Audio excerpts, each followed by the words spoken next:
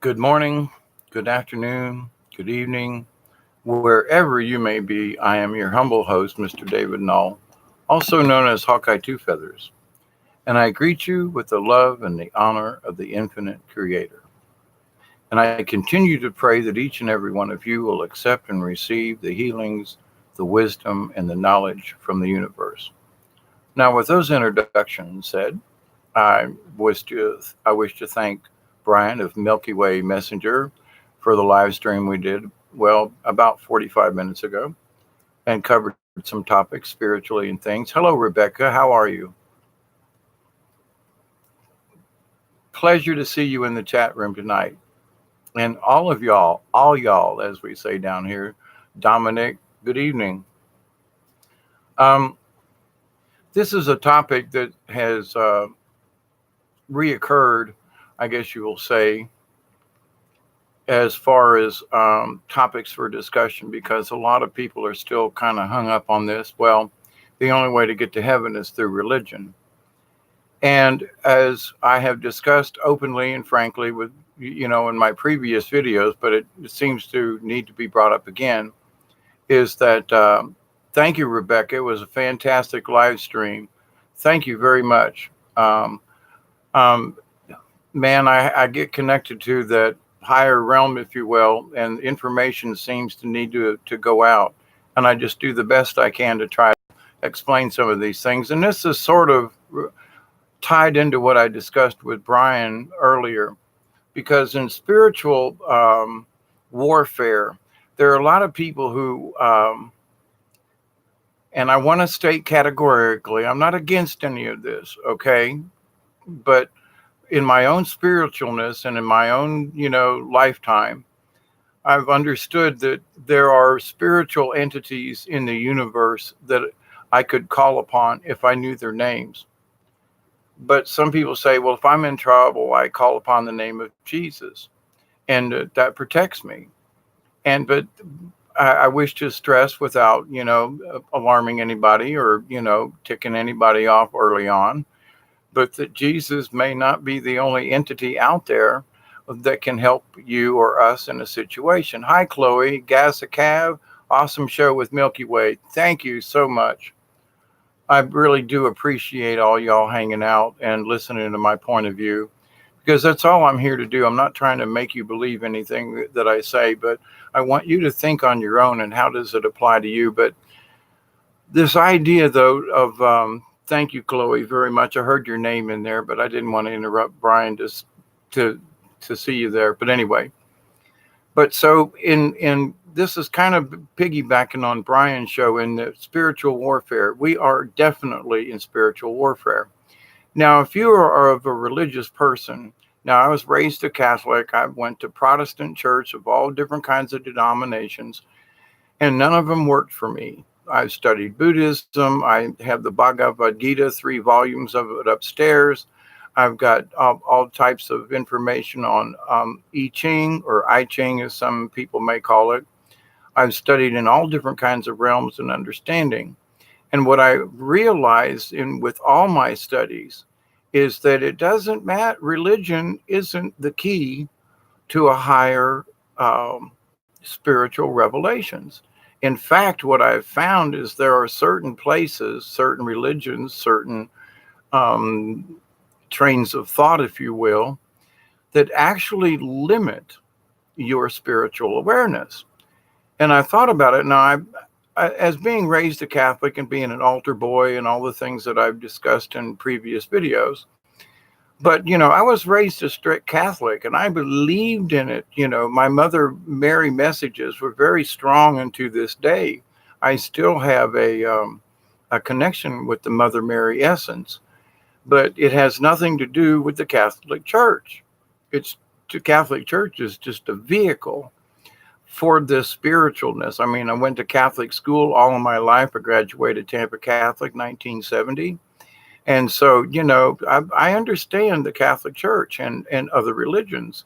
We learned about other religions, not too many, but, we were taught, that any religion other than the Catholic Church, everybody else was going to hell.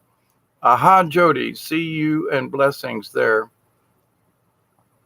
But so the idea, and I've told this story, but it bears repeating. My grandmother, my granny, we used to have a psychic connection. And when Granny was alive, she was like, I'll go to church. But she said, God is in my heart. She would go out and work in her garden around her flowers and stuff. And all the kids in the neighborhood always loved Granny. She was always polite, blessings, and troubles in my childhood and so forth. Granny was always there with a firm hand, but she was there with a loving hand. She held out her hand and she would be firm, but she would do it with her heart as well. But anyway, as she was dying of cancer all these years back, we called for a minister, and a priest showed up and he said, "Are you Catholic?" And she said, "No." And he turned around and walked out and said, "Well, you're doomed to hell. Do you want to be baptized?" "No." "Well, then what am I doing here?" And walked out.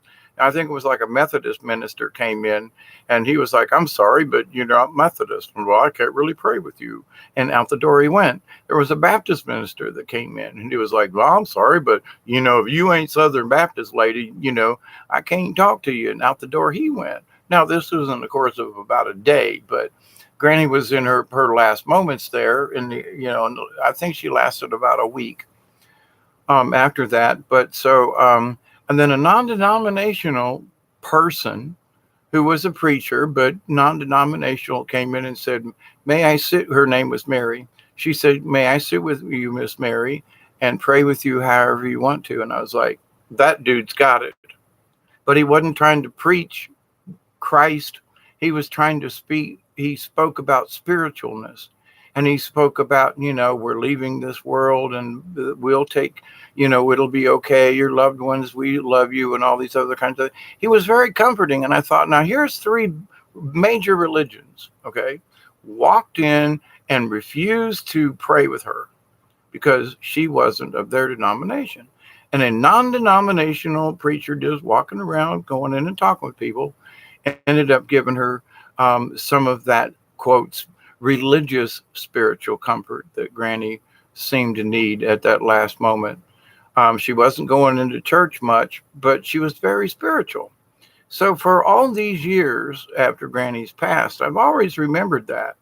And of course, my own experiences. But in the Native American communities, there is God that, because of Christianity, they pray to, and then there's Creator. And in their realms, they are two distinct entities, but they are related. They're very closely tied together, if you will.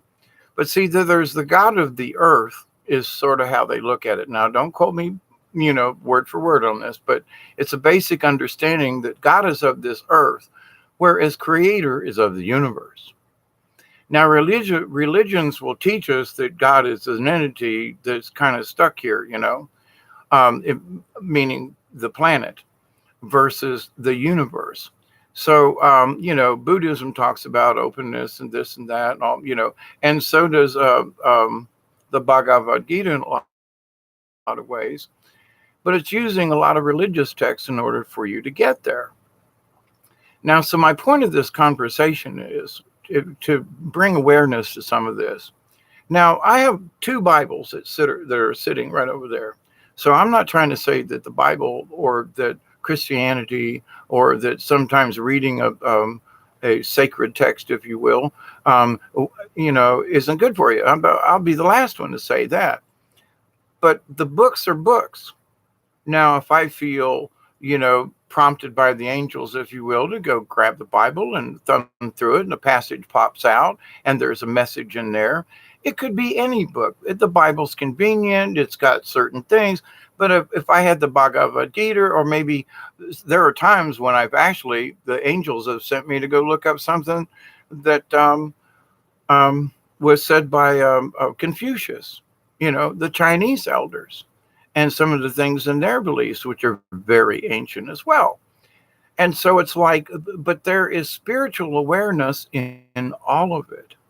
So when people say, well, I only study the Bible, well, which one? And I've told people before, and it's true, do your research. I've done videos on this previously, but if you think you're reading the King James Version and that's the latest version, go back, because now they've got all these different websites that you can do the Bible study with, and check what the original King James was.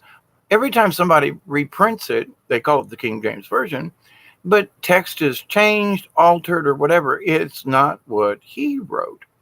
So we have to be careful in that, I've got this Bible. Yeah, but when was it printed? What does that matter? It matters a lot.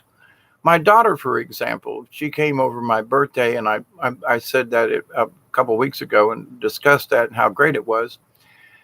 And thank you all for your birthday wishes, by the way. But she said, Pop, she goes, I got an older Bible. And it's a really great, big, huge Bible. But it was an older Bible. And she said, you talked about this before, and I didn't really believe you, because she kept reading just a current sort of King James Version. And she said, I read this older Bible. And she goes, it's really easy to understand. There isn't all these thys and thous. And she goes, it's really easy to understand. And I said, right. I keep telling people, go back to the old text and read some of those Bible versions. They're so simple to read and understand. So, but with that, there is no religion attached to it. Okay. It's that there are spiritual messages in all kinds of texts. So the Bible is just one vehicle. So if you take Christianity as a whole, who's correct? Well, personally, I think the Catholics are the ones that are going to hell, because in their text, they say that only in the Apostles' Creed, you must believe in the Catholic Church, the communion of saints, and the forgiveness of sins, life everlasting, and that, the one true and only church is the Catholic Church. Now, Protestants, they removed that line, but the Catholics, they still say it. So if you're not a Catholic, you're doomed. And I simply don't believe that. There are a lot of spiritual people, other Christians, other religions, and not because they didn't study the Catholic Church or whatever, but I think they're going to be doomed to an eternity in purgatory or something, or until the second coming or whatever, blah, blah, blah. And it's like, do you really believe that? No, I've met too many spiritual people to think, and it had nothing to do with religion. Now, some of them were religious leaders. I've talked about Sister Helene from Tampa Catholic, who told me not to become a priest, but to study Buddhism, because that's what Jesus did. He went and studied Buddhism. She'd been to the Vatican. She knew secrets. She told me things in 1970 that are coming true now. And I've talked about them in previous videos. But to my point about this, she was a religious nun, Dominican, habit, the whole thing, and, but she told me, I asked her, I said, why are you still a nun if you don't believe some of these things that you see? She goes, because I made my promise to God and to Jesus and not the church. So she remained a nun. And she felt like, she said, I can still do as much or more good here inside the system, if you will, and affect more change. And she did. I had been in contact with people after I left Tampa Catholic in Tampa, and they told me to say, whoops, Bob, here, let's have some little coffee. Here, Bob, a little bit of shucking and jiving there. But she had an effect on many people and gave them a different point of view and a different, maybe help them to not be confused by all this religious jargon and to explore their own spirituality, openly, So with that said, the conversation then, so we have to ask the question, how much good does religion itself do? I mean, going into a church and sitting there, you sing your songs, you do your thing, and I've done it. I was an altar boy. I rang the bells and did the incense. I love the incense, by the way. But, I've read gospel from the pulpit. I've done all that. And not to brag, but it's like I have been there. So I'm not trying to discredit any of this. But what does, when I would go to Mass, if I didn't participate in the Mass and read the gospel to the audience, if I was just listening to it, it didn't have near the effect as it did when I stood up there and read it to the audience. Same thing. And it had nothing really to do with me per se. other than the fact that I could read it with emotion, and a lot of people like the way I read the epistles. And so I was requested. There are some Sundays I do 2, 3 masses in the same day. I'd start out with 6:30 mass in the morning, and anytime somebody come up, that, well, why don't you read the gospel anyway? So I understand the Christian religion in a lot of ways and the spiritualness, because I was very spiritual until I saw what the church was doing, what the religion was doing. So if we are spiritual beings and want to be higher spiritual beings, I always talk about shaman basics, because shamans are just people who are on the red road, on the path, on the journey of life to become higher spiritual beings. That's all. And it's not anything about being magical, but it is about, natural order of things. And so many churches leave out the natural order of things. I mean, Buddhism and Hinduism, Krishna, and all that kind of stuff. If you haven't studied it, well, anyway, they all still have a basic element to them. Now, Christian religion, they teach that we have dominion over the planet. So that means we can dig and drill and blow up sides of mountains because we have dominion over the planet. And that ain't what it's supposed to be. So the Christians have kind of just missed the boat on that one entirely. I have never agreed with that statement, but you see, that's not how it was written. You have to go back to the older text to see what I mean about that. So religion has clouded our viewpoint of the earth, that, white Christians are the only people, where, the Spanish conquered, Mexico, taught them all how to be Catholics. What was wrong with who they were before? Oh, but the Spanish thought differently and had to bring religion into it, and it's like, but, who were they before they got, quote, converted, to religion? Some say it was this and that, but, what they were indigenous people. They were indigenous like the Native Americans were indigenous peoples. So, everybody on the North American, South American, peninsula, Mexico and all, they all had this one kind of thought. And then these, quote, I hate to say it, but these white people moved in and brought their stupid, points of view and ruined all of the Americas all the way down from conquering. But anyway, but religion changed their way of life. They're looking at how they cared for each other. And many, there are many discussions that many of the Mexican people, it's like the day after Halloween, is Day of the Dead. And people, they literally will make dinners and present it in memory. It may be just a picture of a loved one, but they will bring food. They will offer gifts and things to the memory of their loved ones. And I think to myself, well, what's really wrong with that? Now in the Catholic Church, they call it All Saints Day, and, you do this and blah, blah, blah. But anyway, so the Catholics just rearranged it for their own good. But, Day of the Dead, what is it?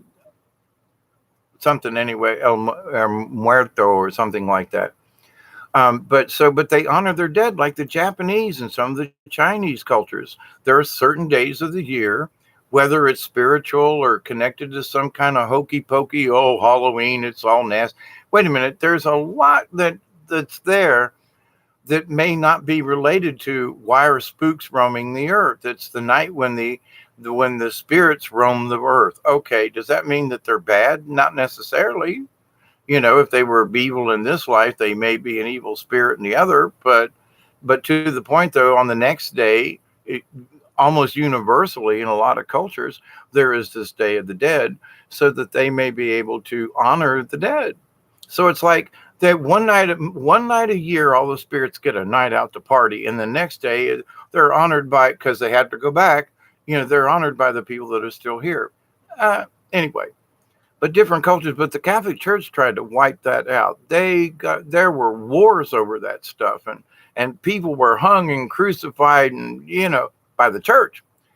And there were some reverends and usually monks and Jesuits. Let's not leave them out of this picture.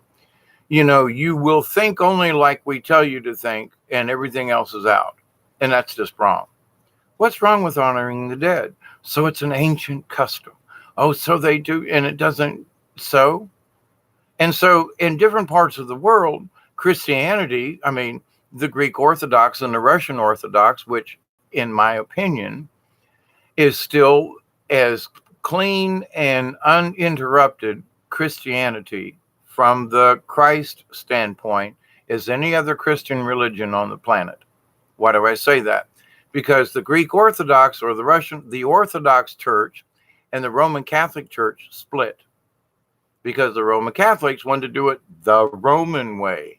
The orthodoxy of Christianity that was the beginnings stayed in Orthodox, like Orthodox Jews, Orthodox.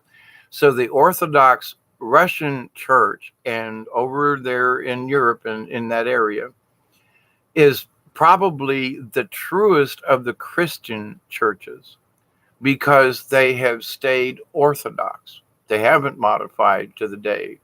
Hello, Michelle. How are you? Rebecca, I'm trying not to read the chat just yet. I'll get with you. So there are a lot of, and by the way, guess who's part of the Russian Orthodoxy?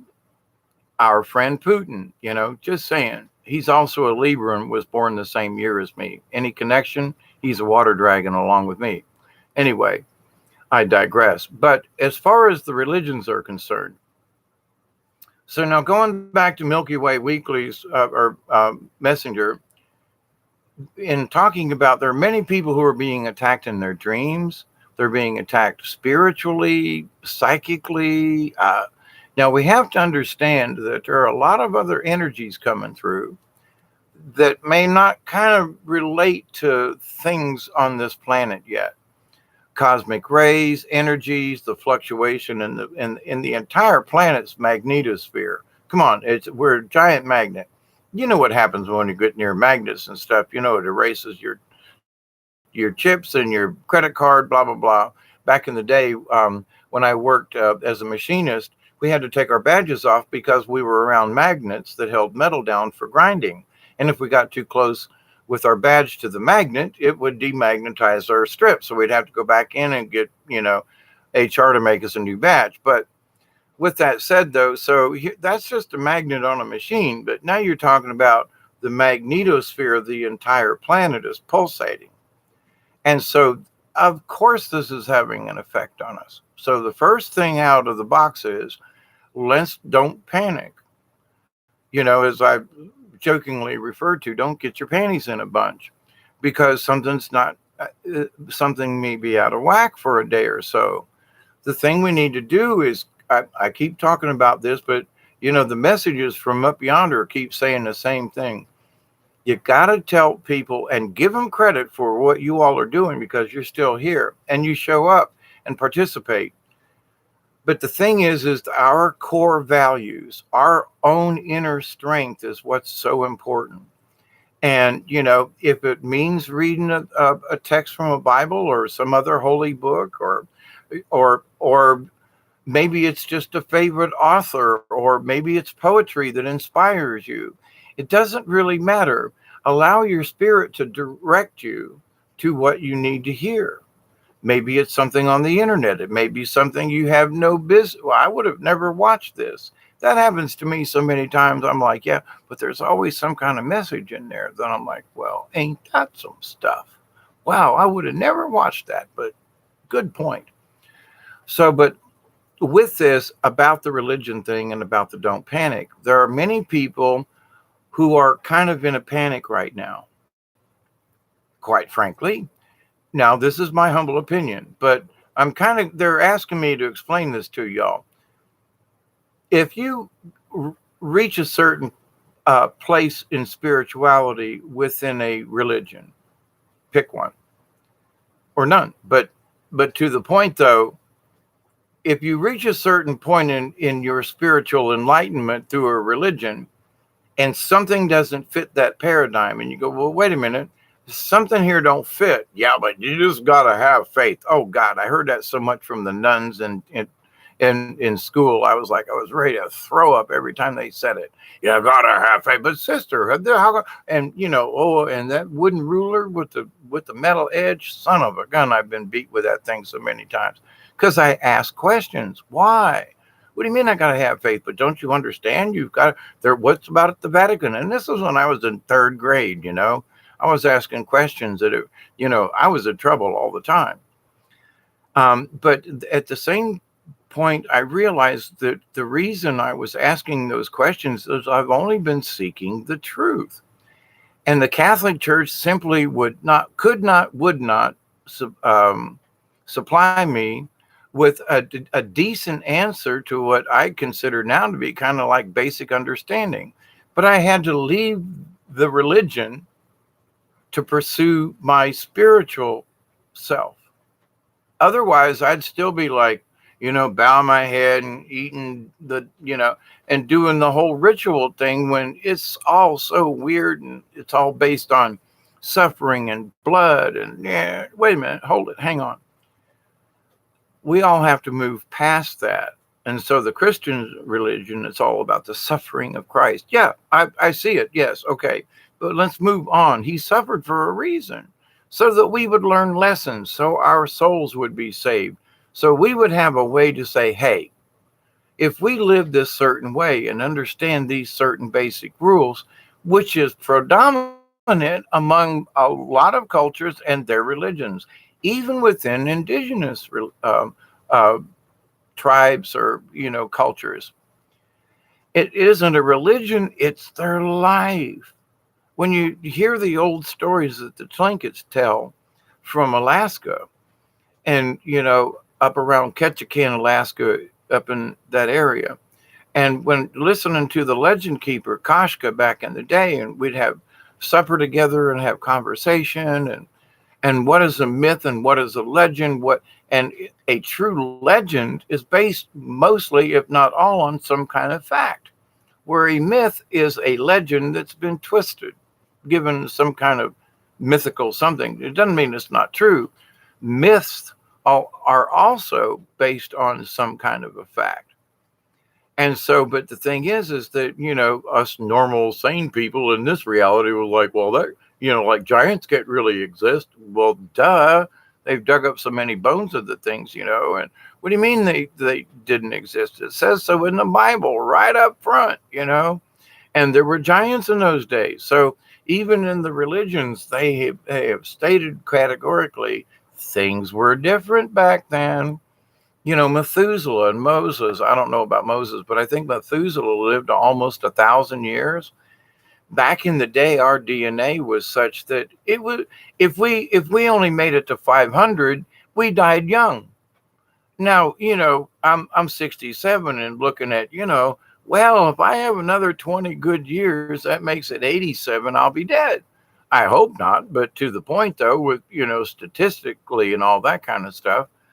But back in the day, Methuselah lived to be over 900. So we used to have the potential as human beings. What's happened? Well, what if we were to get back some of that?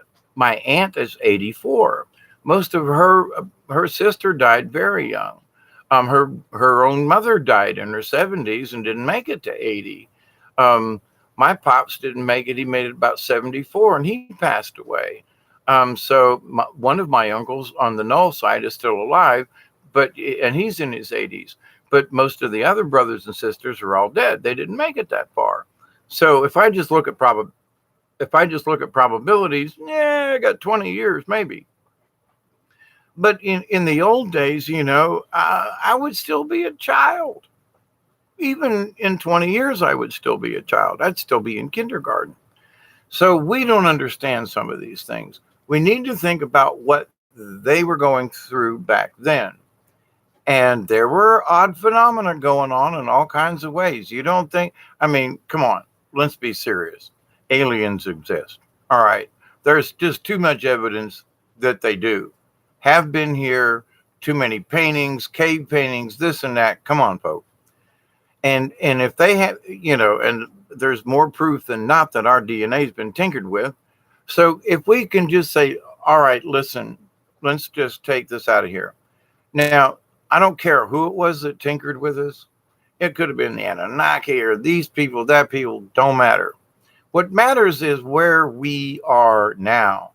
Our history is important, but it's been changed so many times. I said on Brian's show, for example, I said, in 20 years, when my great granddaughter grows up and she goes through the history books, it's going to be stated in the history books the two airplanes took down the Twin Towers, and then 4 hours later, Building 7 crashed due to the two explosions from two aluminum aircraft. And so none of the truth will be out there as to what, could those actually happen and all that kind of stuff. But the point is, the truth is already being obfuscated. The truth is already being twisted right before our eyes. There are some folks, am I a Trump supporter? More than anybody else? Yes. But the thing that got me was I was listening to the news, listening to NPR all the time, and I'm listening to their point of view. But then when I actually listened to the speech, I was like, that ain't what he said. They took that thing all out of context. I had to hear for myself and discern for myself. Now, is there everything that Trump does? Do I like? No, that's not it. But there ain't nobody else out there that even comes close, in my humble opinion. So, and this isn't about being political. It's about the fact that I listened to everybody else talk, and then I listened myself, and I came to my own conclusions. And I was like, everybody else they're still spouting lies on all kinds of different things. But to the point, though, use your own discernment. And I said, wait a minute, I listened. That ain't what he said. So therefore, you people must be lying. And so I'd listen back into him, say a speech, and then I'd listen to the report of all the different news, and I'd go, that ain't what he said.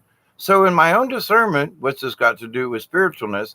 In all things spiritual, you got to have to go through the same thing, because religions tout this or that. Catholics are saying, if you ain't Catholic, you ain't going. That's all. You don't get into you're not part of their club. You don't go. Period. They pray it every time they say the Apostles' Creed. So it's like, wait a minute. There is so much more to everything. There's so much more to the nature of things, to the humbleness of different religions. Do you think that Jesus wanted the Crusades to happen? Are you serious? That he let them nail him to a cross. But do you think if Jesus were alive, that he would allow all those Christian crusades and all the Muslim wars and all the other? Are you serious? And the persecution with people now, and the churches, not just the Catholic Church. So what good does religion do for us? Do they have any real purpose? There are a lot of people rich off of religion, selling books, well done, Jesus, come into your life, send your donations to me. Jesus will, little old lady scraping for pennies because they want to believe. And they do believe in a spiritualness, but somehow the trap is, because this preacher said so, and he used the name of Jesus a couple of times, I got to send him money because otherwise I'm going to feel guilty. And they do. It's a guilt trip. All religions make you feel guilty. They make you feel guilty because you want to be a human being. Wait a minute. I'm you tell me to have faith about things, but some of the things the Catholic Church told me to have faith about, I find out later on, they just didn't want us to know. Period. End of story. It ain't because it was like you just have to have faith. No, they actually know. They have archives of stuff, and they've been lying to every single one of us. What? So what good does religion do us? Does it make us better spiritual beings? If you have no spiritualness and you need that guidance, okay. But one of the things, and kind of, I didn't get it across properly during Brian and I's chat tonight on his show, but I think that in spirituality, people are afraid to take that next step. Well, wait a minute. I'm still reading my Bible, but there's something else I feel. Whatever the revelation from the universe may be, whether it may be that these cosmic energies are scrambling our dreams and our brains or whatever. And some people are having horrific dreams and being attacked by things and interacting on spiritual realms. And holy crap, did you have that before? There weren't near as many people talking about psychic attacks and things like that back 5-6 years ago. It was usually just kind of, those quote famous people back in the day, and I won't mention any names, but anyway, the Gaia group, I'll just leave it at that. And some of these people I followed religiously. I mean, like a religion. And I realized through my own spiritualness, I realized they were bringing BS to the table as well. It was almost like I moved from a religion of religions, I guess, and went into the Gaia, UFO, ET, because I've had my own experience of things, which I have talked about some of them. But the idea, though, that I know that there are beings up there that exist, I've seen too many craft myself to not believe it. And so it's like, so I don't care what anybody else tells me. I am a witness. So when you're a witness to something, doesn't matter what other kind of people tell you about, unless they say, well, maybe you were dreaming. Nah, I saw it. I know. I used to take crazy medicine, but I don't anymore. And what I saw. And sometimes other people have seen it too, So when you reach a certain level of realization about things, you've reached the limits of maybe what that religion can bring you as far as spiritual or just cosmic understanding of the universe. So you reach a boundary. So there are people, I think, this is a hypothesis on my side, but in my observation, this is what it seems like. They've reached a certain pinnacle, and it's almost like, well, wait a minute. If I kind of go beyond what the Bibles or the preachers are, not necessarily the Bible, but what the preachers are telling me, if I exceed that, then, oh my God, I'm not going to be a part of the group anymore. I'll be condemned. My soul will go to heaven. Won't go to heaven. It'll go to hell or somewhere in between, or God knows what, or a soul trap or something. But in that, so it's like, oh my God, we're relying on somebody else, and we're shamed into believing that, wait a minute, maybe I've outgrown some of this stuff. Maybe I took the word of Christ, supposedly, because somebody wrote it down a bunch of years later, right? Somebody else wrote it down. He didn't get it. But to the point, though, the things that are reported that Christ said, I'm perfectly fine with 99% of it, and have used it and have done videos about it. So ain't punching Christ. Believe me that. I believe in the angels. I believe in the Christus. I believe in the 72, the silent 72, and all you Dante fans out there. I absolutely believe in that. But religion kept me from believing beyond. And Dante and the understanding of the 72 and so forth was so much more enlightening. They filled in questions I was asking in third grade, you see. So, but it wasn't the religion that got me to the spiritual awareness. It's all these other things. But if somebody says, do you believe in Christ? Absolutely. Are you working for the cause? Absolutely. Do you believe in the mother goddess? Absolutely. And Hawkeye, David, who are you working for? I'm working for the cause. I'm working for Mother Earth. I am working for enlightenment on this planet so it can expand and we can get out of this god dog jail, however it got manipulated. We need to break free from these, the old Western movies with the horses and the blinders. They did it on purpose so that, things on their side wouldn't disturb them. That's on purpose. Religion is the same way. You must believe in this and believe how it is. And if you don't, then you're doomed. You're going to hell. There's no help for you. And only Jesus can save you. Well, in a way, I sort of agree with that. But as I stated before, the Christ energy has been around for a long time in many different forms and many different reincarnations. And so to say that only the Christ figure is the only one, he's been reincarnated and several times since then in different forms. So if you understand that, there's more to this life, this 3D reality, and there's so much more available already out there to us. I got the hiccups. Excuse me. Hey, Delane. Excuse me. My Sky 5D. I seen you jump in here. Rebecca. Rebecca says, "Thank you. It offers so many new vantage points I only imagine might be."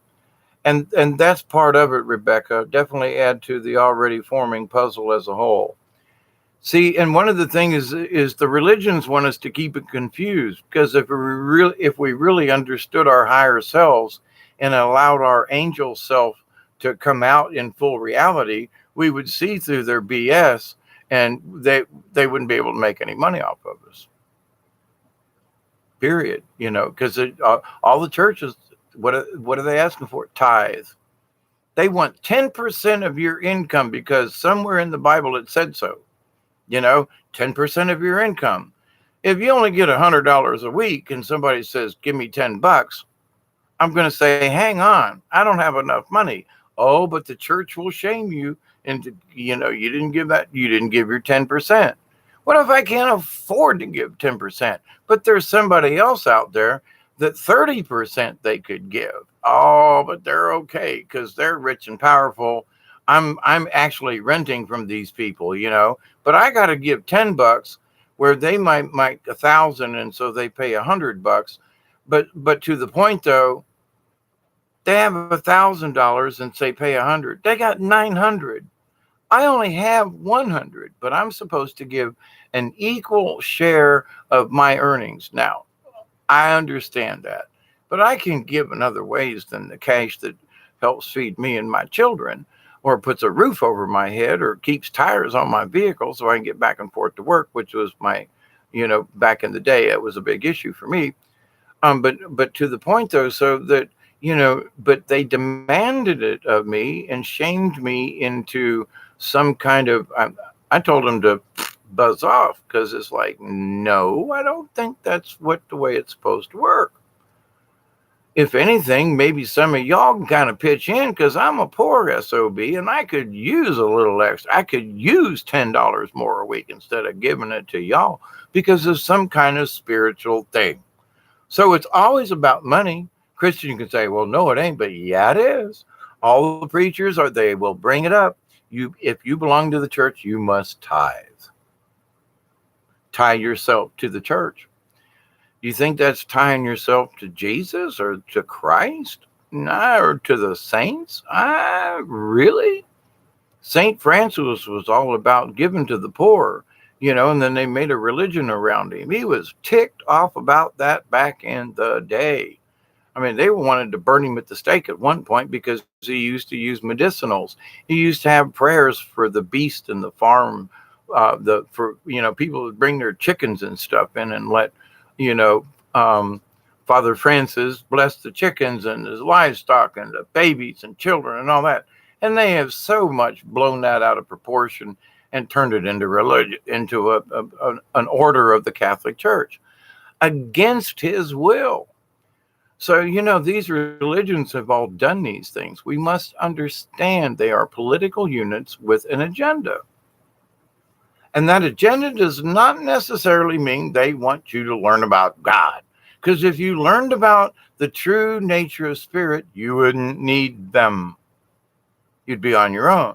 And you'd go, wait a minute, instead of 10% to the church, who doesn't seem to be doing anything with the money, but pissing it away over here and over here, blah, blah, blah.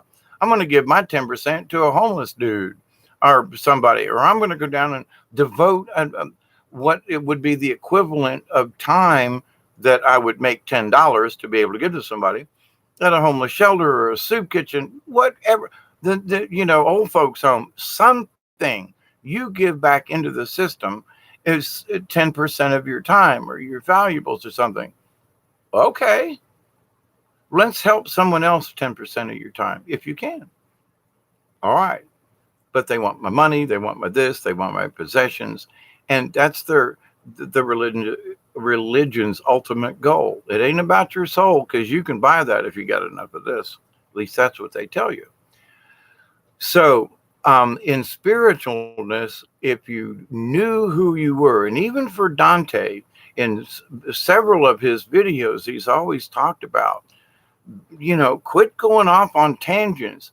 Be the strong person that you are. He's always said, look inside yourself. There's so much that we already have if we allow ourselves to understand our own potential. So the fear that people are having is, well, if I don't have religion, then, oh my God, where's my support group? I'm stepping out on a limb, if you will, much to what Shirley MacLaine talked about many years ago. And thank you, Shirley MacLaine, for bringing me to the enlightenment that what she brought way back when, and people said she was nuts. But she's way more truth than not. But anyway, and if you haven't heard about what Shirley MacLaine did many years ago, just check out the video title or the book called Out on a Limb. Very insightful, very, a lot of respect for that red-haired lady. And she's still an attractive woman as old as she is. But anyway, but the idea, though, that there are some of these things that have been out there for a long time, but it's higher than any religion. So if I say, well, I don't know, I feel more than what the Bible's teaching me, I feel something else, but the Bible doesn't help me explain it. And preachers, if I say, well, Jesus, I'm talking to the angels, they were like, well, you may be possessed. Maybe, well, yeah, but I got a message from, my higher self. Now, there are people who talk to God all the time, and I've met a few of these people, and actually quite a few. Well, God told me this or that, but what God told him was all based. They always quote scripture, and it said this and this. Yeah, but you're reading from Paul. You're reading from Exodus. Give me a reference that Christ said, and I'll listen to you. Well, but Daniel said, and this one said, and that one said, no. I don't want to hear all that. I want to know what Christ had to say about this particular subject. Because if I'm a Christian, it's supposed to be Christ, Christian, just saying. So, but the thing is that so much has been obfuscated. So, but to step out of that realm, if you will, that comfort zone, that, wait a minute, I don't need the Catholic Church to understand that I'm an angel here. I don't need Mohammed. I don't need to be Jewish. I don't need anything. Oh, holy crap. I'm a spiritual being without any, I don't have to have any of it. What? So many of us, I myself, when I first started, getting out of this group of religions and things, that I thought I had to be attached to one of them. And, on the forum, which one, I still put like Buddhist down, but that's not even really close. But I have more Buddhist tendencies maybe than, the Catholic Church or something. I surely don't want a priest coming and praying over me. If something happens and I'm about to croak and they would, do you want a priest? Hell no. Tell that SOB to stay away from my body and corpse, But anyway, so coffee break, where does that lead me?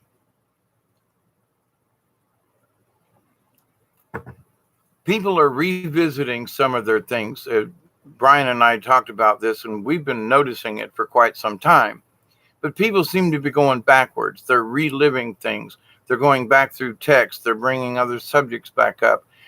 Some folks is like they started to think out of the box, which in my realm, the box is something that you put garbage in or something anyway, or you get a new piece of machinery.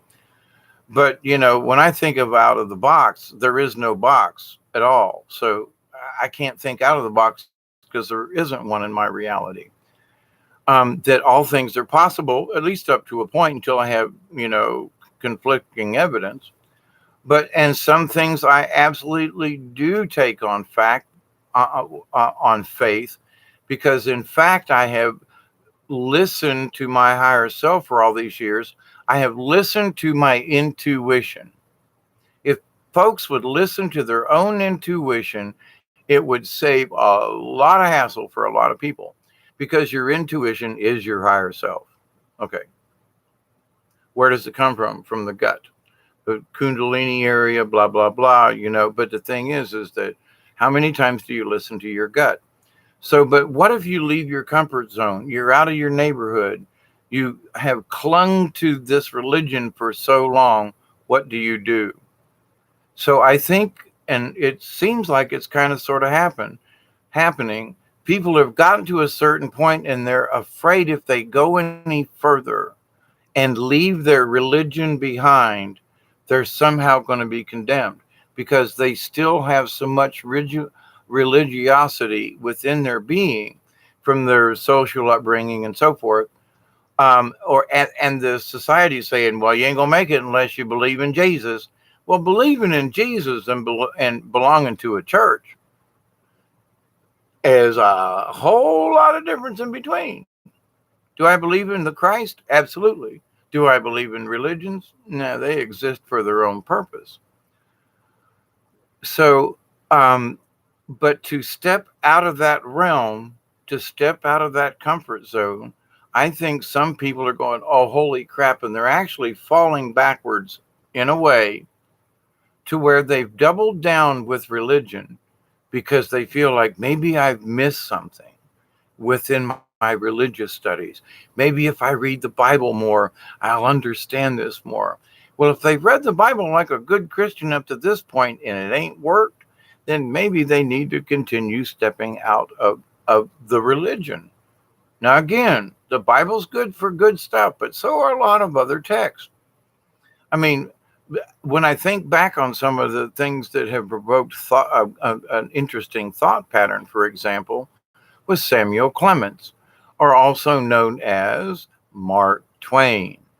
If you read Huckleberry Finn and Tom Sawyer and what he wrote about back in the day, and I've read a lot of his other papers and short stories and things and his musings. And oh my God, the guy was hilarious. I would have loved to have sat out and smoked a cigar with him. But the thing is he touched on subjects that literally could have got him crucified in certain ways, because he was talking about whites and blacks mixing back in the day. You know what I'm saying?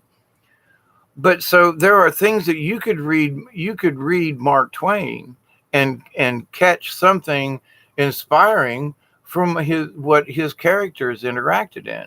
You could read Franz Kafka and understand something. You could read Frankenstein, Mary Shelley, and maybe read something. You could read the poetry of Walt Whitman and some of those folk back in the day, and inspire you in ways that would bring you in a spiritual reality, and having nothing to do with religion. But it's the stimulation of the thought and what your intent is. It's the reaffirmation and confirmation that each of us, we are connected to our spirit, especially when we become aware of it. My voice was cracking there. Another little coffee break.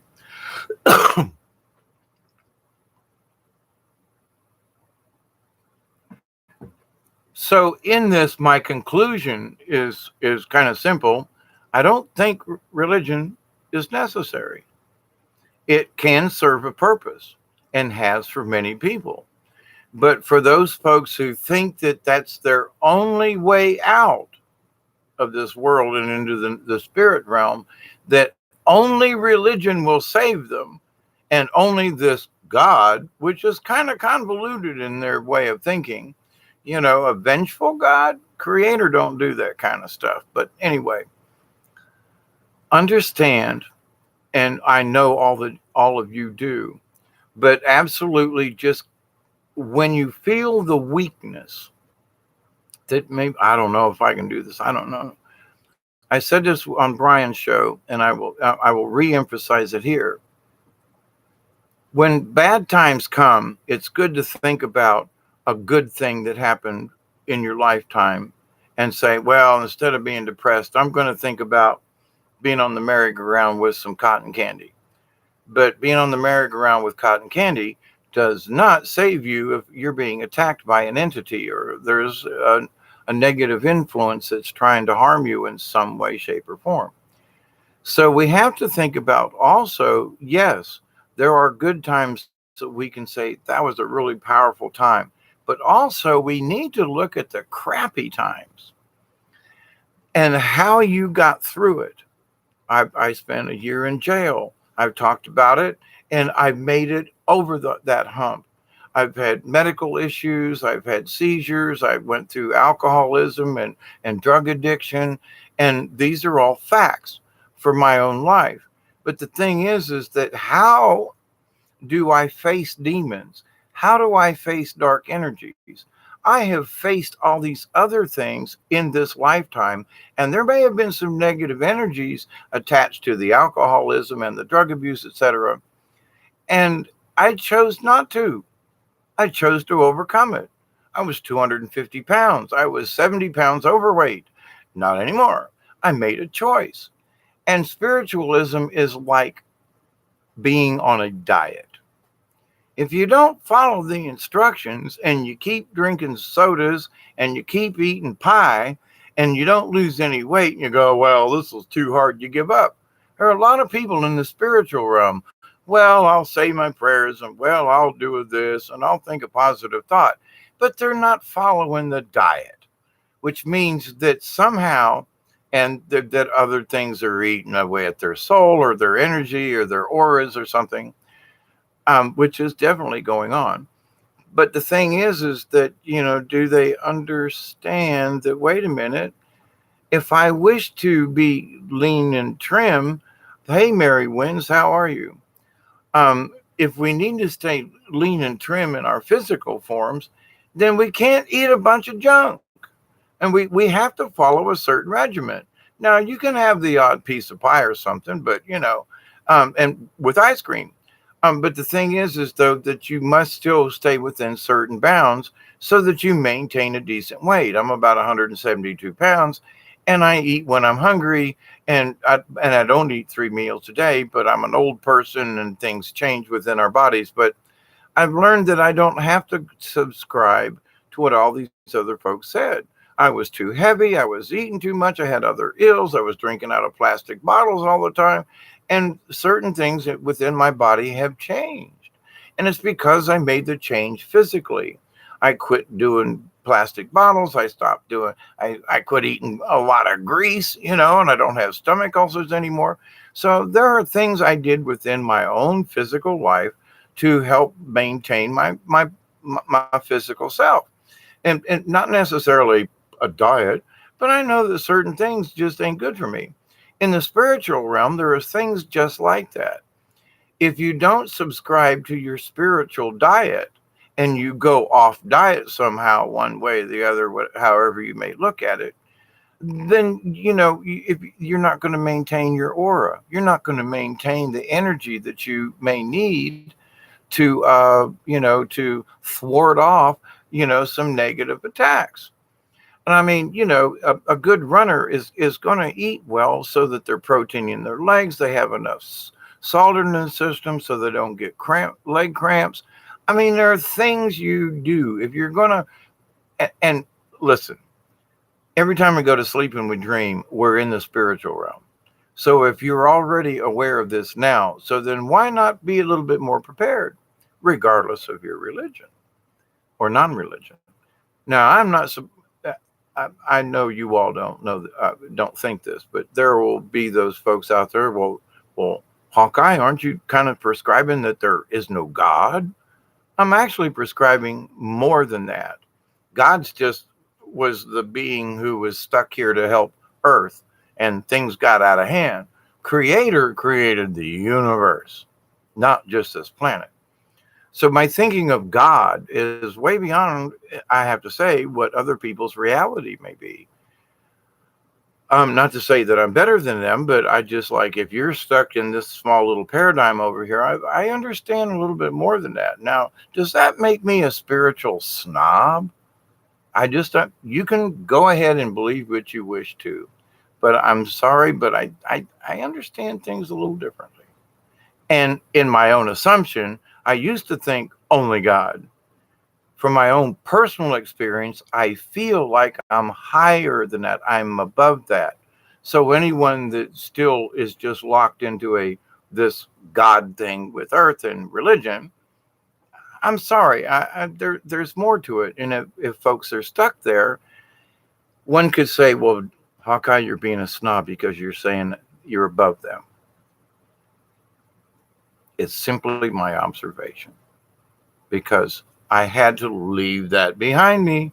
And so I'm either ahead of them, it's behind me, however you want to like talk about it in these terms. But when you get to that reality of, oh, holy crap, there really is more to this. That's all. When you say, oh crap, it's good to read the Bible, blah, blah, blah. But it's sort of like, I think it was on Charlie Brown, the cartoon, the specials. They'd be sitting in the classroom and the teacher's going, wah, wah, wah, wah, wah, wah, wah, wah, wah, and you don't know what she's saying, right? Wah, wah, wah, wah. Well, there are times when I had been in churches and trying to listen to the pastor preach, and it sounded like, wah, wah, wah, wah, wah, wah, wah. Give me your money. Wah, wah, wah, wah, wah, wah. Give me your money. And, so, but a higher realm of thinking takes you beyond that. All of a sudden, our whole structure falls apart. I don't have a church to fall back on. I believe in the Bible, but I ain't gonna read Saul Paul again, because his stuff was out there, and even many priests and other folks do not subscribe to reading anything that Paul wrote. Just saying. But there are people who quote him all the time, and like, Paul's the guy, and like, wait a minute, hang on.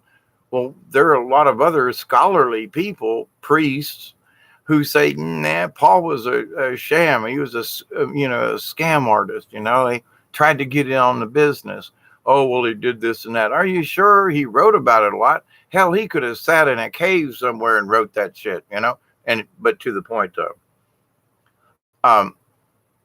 Sounded good at the time. Now, that's not to say that there aren't some things that Paul actually said that make a little bit of sense, but there are folks who are basing a lot of their religious beliefs around one apostle. They even leave Jesus out of the equation. I'm like, what? Quit want with your Bible talk, and let's sit down and talk about what Jesus discussed. What did Christ say? What was on his mind? What would Jesus do? He wouldn't do a lot of the crap you folk are talking about. I'm just saying. He went in there and gave the Pharisees hell. I'm just saying, there's more to this, Jesus also wanted to make sure that, he understood the Spirit in us. He said God is within all of us, so it's like, and Buddha says a lot of the same things, and from what Sister Helene told me, Jesus went to the East to study under these other spiritual leaders. And you can see it in some of his words if you've studied these other religions. You can see the influence, and that all of these religions in some way, shape, or form all boil down to what I have always talked about as our core values: our love, our compassion, our positive intent, our prayers for each other. I mean, it's all of that is what makes us spiritual beings. It's not about what's written in a book. Now, there are things written in books, don't get me wrong, that are very important. They're factual, but not all Bibles are the right one.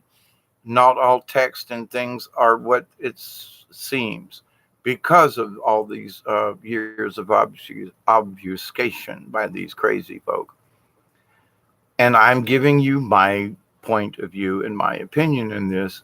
using the knowledge that I have looked at, seen, and and deciphered for myself to give you a point of view. Is like, stop and think about this now, you know, which you all seem to be doing. And I'm very much in my in my angel higher self downloads.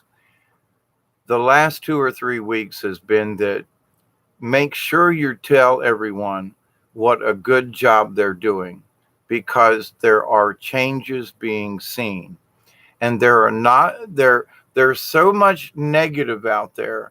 Not enough people are saying good job, folks, good job for what you do. And who am I to say good job? Y'all are participating.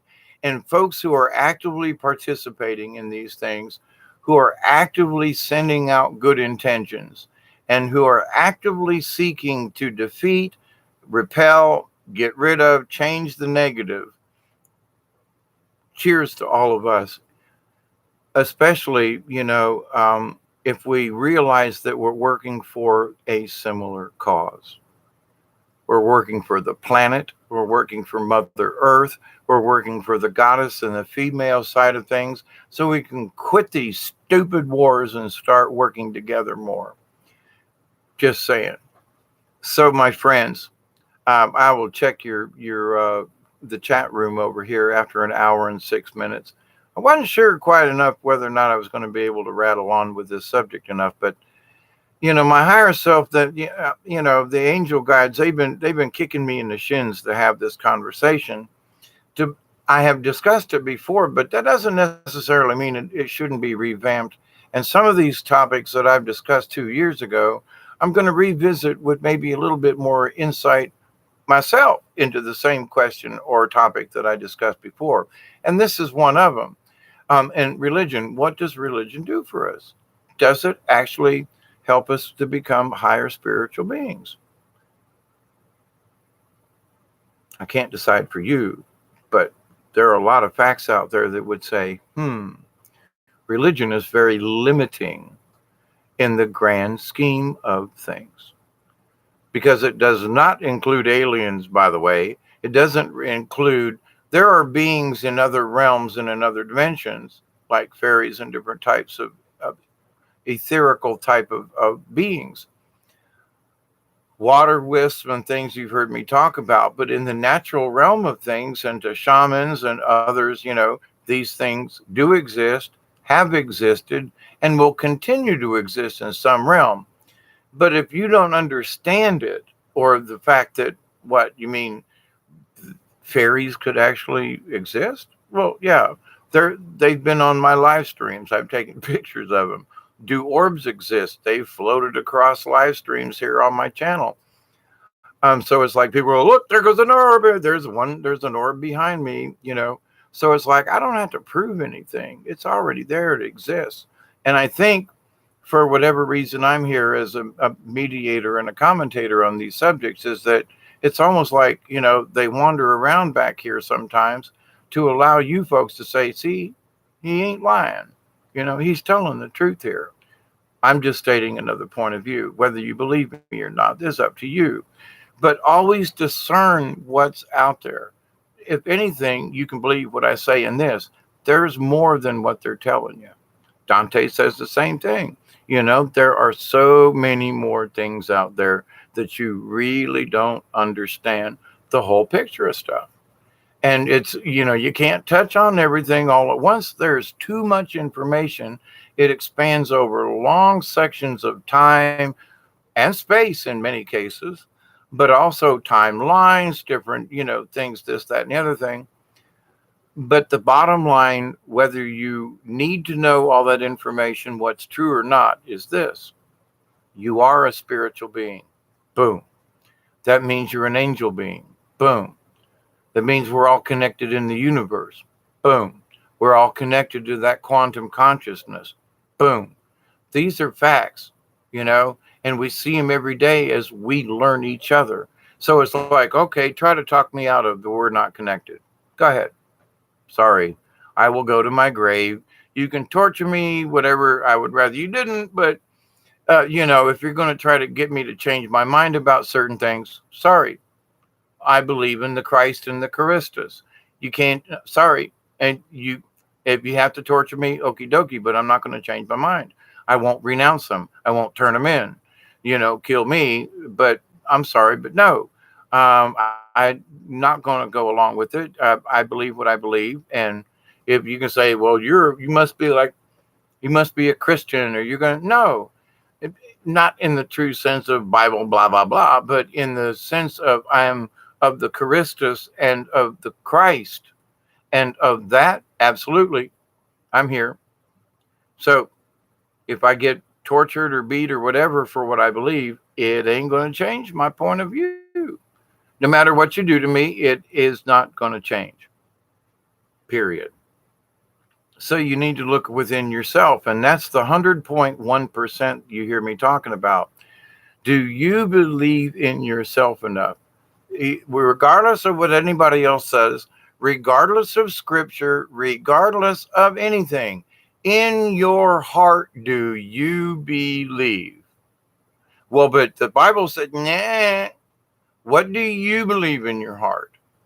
Now, I believe, for example, in my own opinion, that there was, I can't prove any of this, but the things that Buddha taught seem to be very close to some of the Christ things. Don't know if there's a connection, but there are similar things. So what I believe that a Buddha entity that is preaching light, enlightenment inside and, flowing outward, oh, hell yeah, you know, but, because of the enlightenment and our own inner spiritual being shining through, you can't change my mind, whether I'm a Buddhist or a Christian or however you want to look at it. And the respect for the earth and to the mother goddess and to all beings, so it's like, well, Buddha believed in peace among all beings, with trees and nature and rocks and things, how many preachers on the pulpit in any kind of Christian religion is going, we need to honor the rocks and the trees and that don't go over well in most churches. But in the native, and I mean indigenous, societies and social, cultures and so forth, the earth, the mother, it is so very important. But it doesn't have anything to do with religion. That's the interesting fact that I keep seeing. So, like, holy cow. So if you're having feelings of maybe not necessarily, hey, truth in me, I'll put my glasses on in a minute. But if you're having feelings of, I don't know if I should step out of this comfort zone, have faith. Because regardless of what religion, it's to have faith in yourself. Do good deeds, good things will come to you. And even if they don't, you still do good deeds. Because to be a spiritual being, to, move on, you got to be positive. There's no other way around it. Now, if you go to the negative side, that's your choice. Not me. Not me. Ain't going to dabble in that. I'll pray for you. A negative energy could sit beside me on the bus. Don't care. But their negative energy, I refuse to accept. That's our free will. That's where we are strong in this spiritual warfare. Regardless of who they are or what they are, if they're trying to hurt you or your friends or family in any way, then you don't put anger in it. Anger don't work. You must put forth the faith, the goodness, the compassion in your armor to say, nope, sorry, I'm going to reject this. And if you want, okay, I'll get out my sword and you and me are going to fight over this. But in the long-term thing is that, well, I'm going to stand up and I'm going to fight you. And you be careful. You have to show that you're strong enough to say, nope, I refuse, I reject your negative input. I refuse to accept it. That's very strong. When you stand up to the universe and say, you shoot something negative at me, I reject it already. If it's already incoming, I reject it. If it's a future negative, I reject it. I reject it. Period. And you leave it at that. That's your mantra every day. I reject any negative energies that are going to be sent my way. I choose to, whether you call out the name of Jesus or Buddha or Allah or something, that doesn't matter. Because what's important is what you say. I refuse to accept. I will reject any negatives. That's the mantra.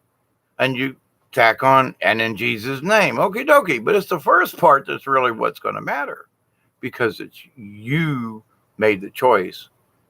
It's your energy with the help of the cosmos. My continuing prayer, accept and receive the healing, the energy, and the knowledge from the universe. That's also other help.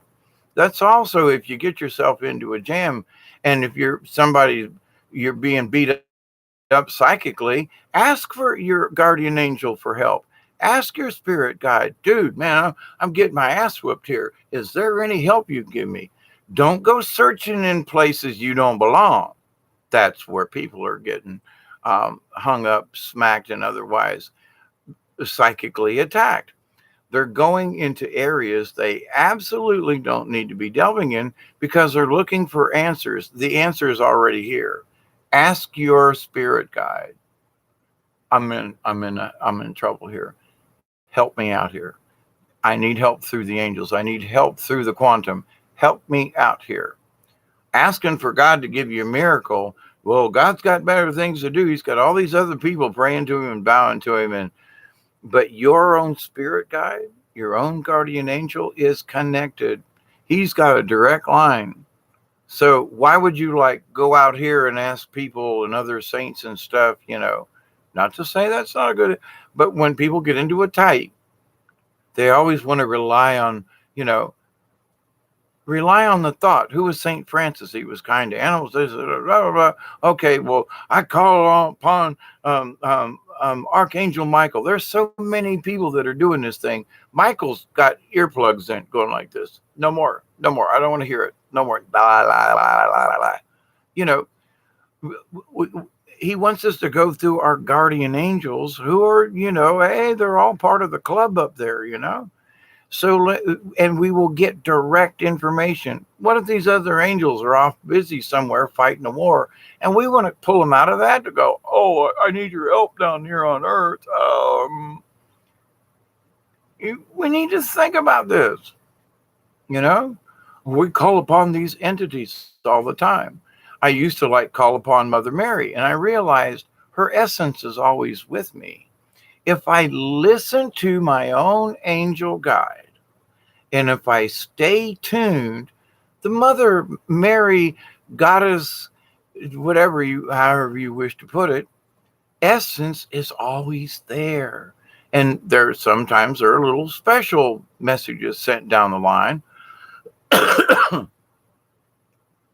And I know it's from her essence because it feels like her. But if, is Mother Mary sitting in the room all the time talking to me? She's got better things to do, and I understand that. So in the spiritual realm of things, understand your own strength. That's an awareness, that's your understanding. You meditate to help be strong within yourself, not egotistical now. Ego's a very fine line. You have to be confident that you can do it. Confident that you are an angel. Confident that you are spiritually aware enough, or at least willing to accept your own higher spirit and what's being shown or spoken to you, or however it's related. But that it's your strength that gets you through. When I was drowning in the river, literally drowning in the river, in one of my lessons of life, I was like, oh, God, help me. And God was like, you got yourself into this. Kick. I'm underwater being pulled down by what feels like a demon. And I swear, but that's maybe the canoe story is for another time, but to the point though, it's like it wasn't God, it was me. I said, God, give me strength, and I received help through the angels. Give me strength. But helping me is like, well, I'm going to reach down there and grab you out. Well, that's possible. But the thing is my prayer is always, listen, the help I need, the miracle that I need is for you all to help me with the strength to do this, whatever it is. A couple of weeks ago, going down to Florida, I didn't know that I could actually get her done. And I had to have faith, but I asked for help. I said, y'all want me to do this thing? Then you gotta help me. Because I know up front I'm gonna need it. And everything worked out. Hello, Johan. Johan, Dancing Gypsy, Mary Wins. Hi there. Nothing is more powerful than source. Source is creator. I absolutely agree with you, Chloe, and that's kind of sort of my preaching about this. Trust in me, truth in me. Let me read some of y'all's. I love reading y'all's comments, and I know I go rapping on, but I get this like flow going, and if I interrupt it, it's like I don't want to leave out anything that they're kind of telling me. Truth in me says, why is it when claim a boundary we feel the need to relate to weapons? I'm struggling with this. The more I think about this planet have no weapon, stars have no weapons. Just us here on the planet. But truth in me, we actually do have weapons. That's the whole point. You know, each of us is an atomic bomb waiting to happen. I mean, with the energies that we can do, we've already made a difference on this planet.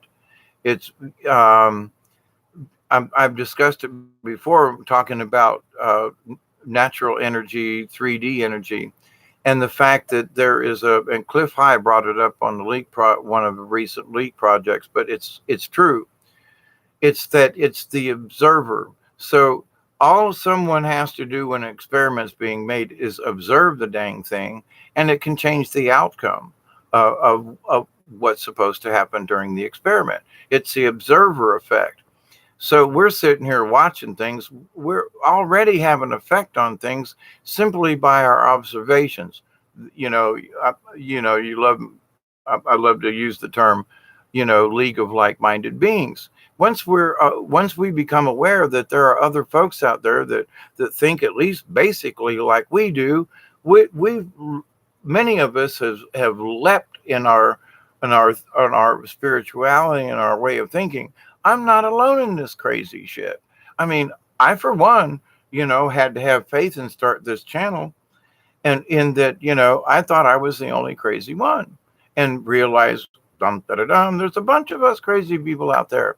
And we're not the crazy ones. We're actually the sane ones, because our way of thinking, however we perceive the universe, is so much differently than everybody else, mostly, that, we're the black sheep of the family, if you will. So it's like, but hey, we're here for a reason. My Sky 5D, Johan Delaney. Hi, everybody. Mary. Mary Wins. Absolutely. We're all cray cray. Absolutely. And there are certain people, that refuse to talk to me. Facebook page, and they wouldn't like one of my videos or a comment that I made under any circumstances, even though they secretly watch my Facebook videos, which I find extremely humorous. They won't tell anybody they watched it, but they'll tell me privately, I kind of agree with what you're talking about. And Hawkeye, one of the videos you did, it really made me think. And, there were people that I talked about, the pedophile priest, that later on came out and said, guess what? They got me too back as a youngster. What?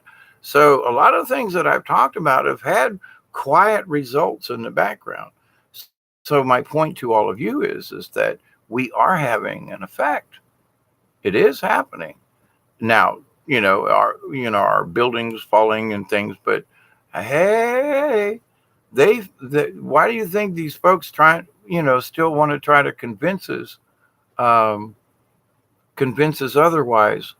Delaney Jones says, "My voice is my weapon." Yes, and one of the things I've learned over the years is that if you scream and holler, very few people are going to pay attention. And the louder you scream and holler and jump up and down, the fewer people are going to listen because they hear hollering. So, and I've had to learn this myself.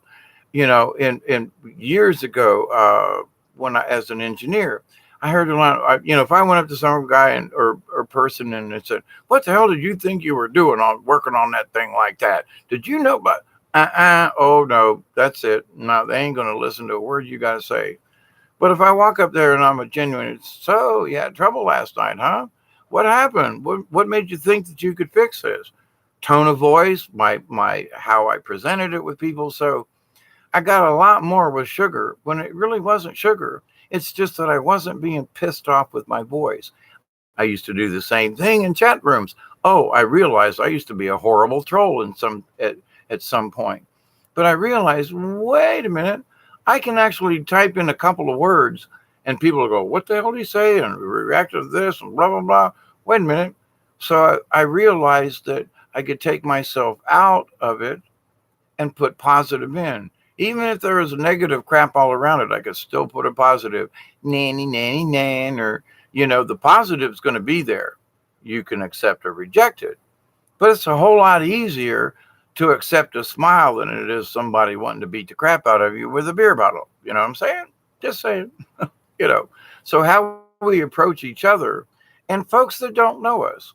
But to the point, Delaney, our voice is important. But understand, if we're hollering, or not that you are, Delaney, this ain't got nothing to do with you, but my point is that if we scream out, "Why don't you people pay attention?" they ain't gonna listen.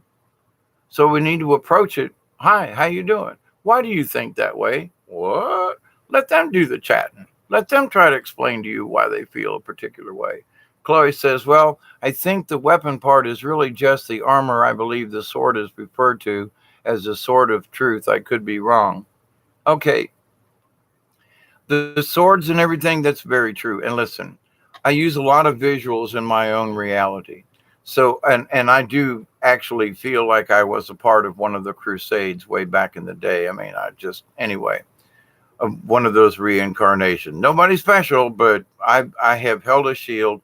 And physically, I was in a play called The Vikings. It was a world premiere down in that happened between Thomasville and Tallahassee. And there was the gentleman from Florida State University, FSU theater department, who taught us how to literally fight with real swords. Okay. I mean, these things were heavy, and how to use them and how to do it. And he teaches swordsmanship and for people who are in movies and theater and all that kind of stuff. He's a master swordsman. So anyway, but when it came time for me, he was like, "Who taught you how to do that?" And I was like, "I don't know." It was like a natural way. Everybody else was like having trouble with the way they were handling their sword. He goes, "Have you taken any, any weapons or sword fighting?" "No." Where did you learn it?" "I don't know, previous life." And he looked at me and he smiled and he reached out his hand and he goes, "Here, here, brother," and shook my hand. And it was the last thing I expected. But he was like, he recognized some people were just clumsy with things, but I could take this heavy ass sword and swing it all around and not get hurt or hurt the other person. And it was like, "How'd you learn how to do that?" "Don't know. Previous life, maybe." But it was odd that, that happened. So, but the thing about the sword, though, in visualization, though, I think of an angel at the Garden of Paradise with this flaming sword. I mean, I was raised Catholic, so I see it. But I also see a shield because I went to Tampa Catholic, and it was the sword and shield, and we were the Crusaders. So for me, there's a lot of imagery in there, and from high school and all that kind of stuff. But it still holds true, though. Our armor is who we are. That's our vestiges. That's our chainmail. That's our, you put on the armor. Okay, our shield is different because we can run around without our armor. I mean, with our armor on, but not necessarily use our shield. So, you know, our armor will protect us from certain things, but our shield will keep arrows from going through our armor. You know, a big old mace coming at you, you don't want to get hit on your armor. You want to use your shield. So both are necessary and both are important in the spiritual realm. And I literally, and maybe physically on another realm, I'm actually swinging a sword. I'm actually sword fighting. I'm actually holding up a physical shield along with my armor to ward these folk off. So um, the idea of the sword, shield, and everything, it's not that it's stupid. It's that it's been used and will probably be used in the future. Weapons can be to attack, but weapons are primarily for self defense. But so, anyway, just wanted to toss that out there to Truth in Me. Chloe, don't go searching in places you don't belong. It never turns out well. Absolutely, there, Chloe. Um, I know many of you, we think a lot alike. And thank you for your good work. And I appreciate your hanging out with me. Chloe says, I don't know why anyone would even want to live a life, or the negative side. I mean, the cookies aren't that good. Absolutely. They taste like crap, you know, the cookies, that is. Ultraviolet Flame, good to see you out there if you're still there. That was way back. Um, Truth in Me says, I feel as though I have been searching in all things. If it scares you, do not do it. Look for more information on it. Yep, agreed. I'm going way back up.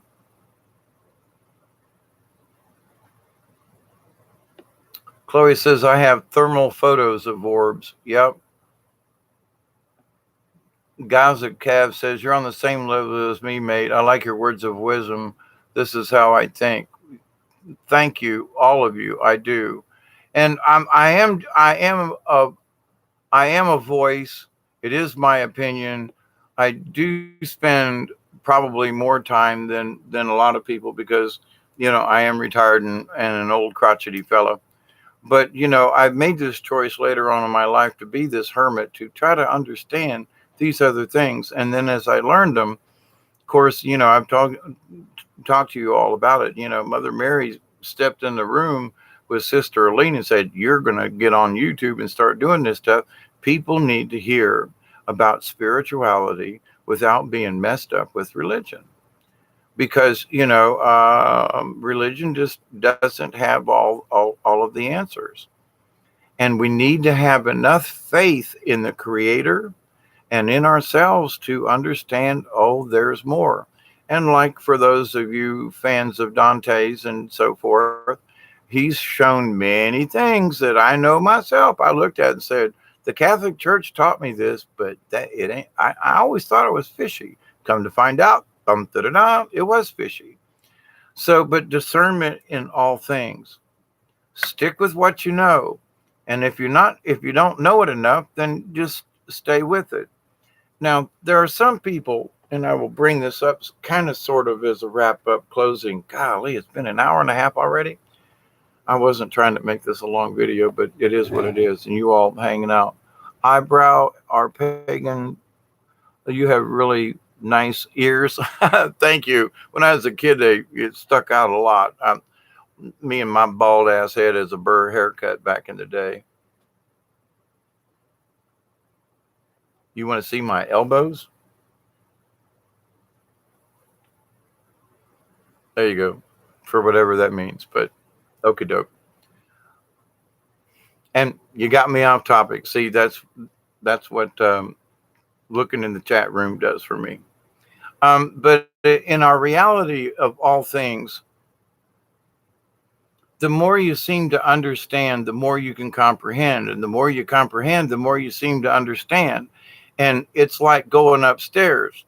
You know, the higher you go up the stairs, the more you can see. And the more you can see, the higher up the stairs you go. So they're related in that, I know there are thoughts that I have not forgotten since I was, well, a young hippie, I guess. Now I'm just an older hippie. But the idea that things that I understood about nature and talking to trees and um, my tree meditation that I have been doing for all these years, that I learned back in the late 60s, early 70s, it still works to this day. It still works. I don't have to have a tree, but it helps. But the visualization of a tree and the feeling, the previous experience I've had with some of my oak trees around here and other trees that I've leaned up against and meditated with, I can go back to that feeling in my head because my brain and my body still remembers that event because I allowed my energy to merge with a tree, and in that tree human experience and the sharing thereof, that experience, I can still feel the tree, if you know what I mean, inside, because we shared that energy.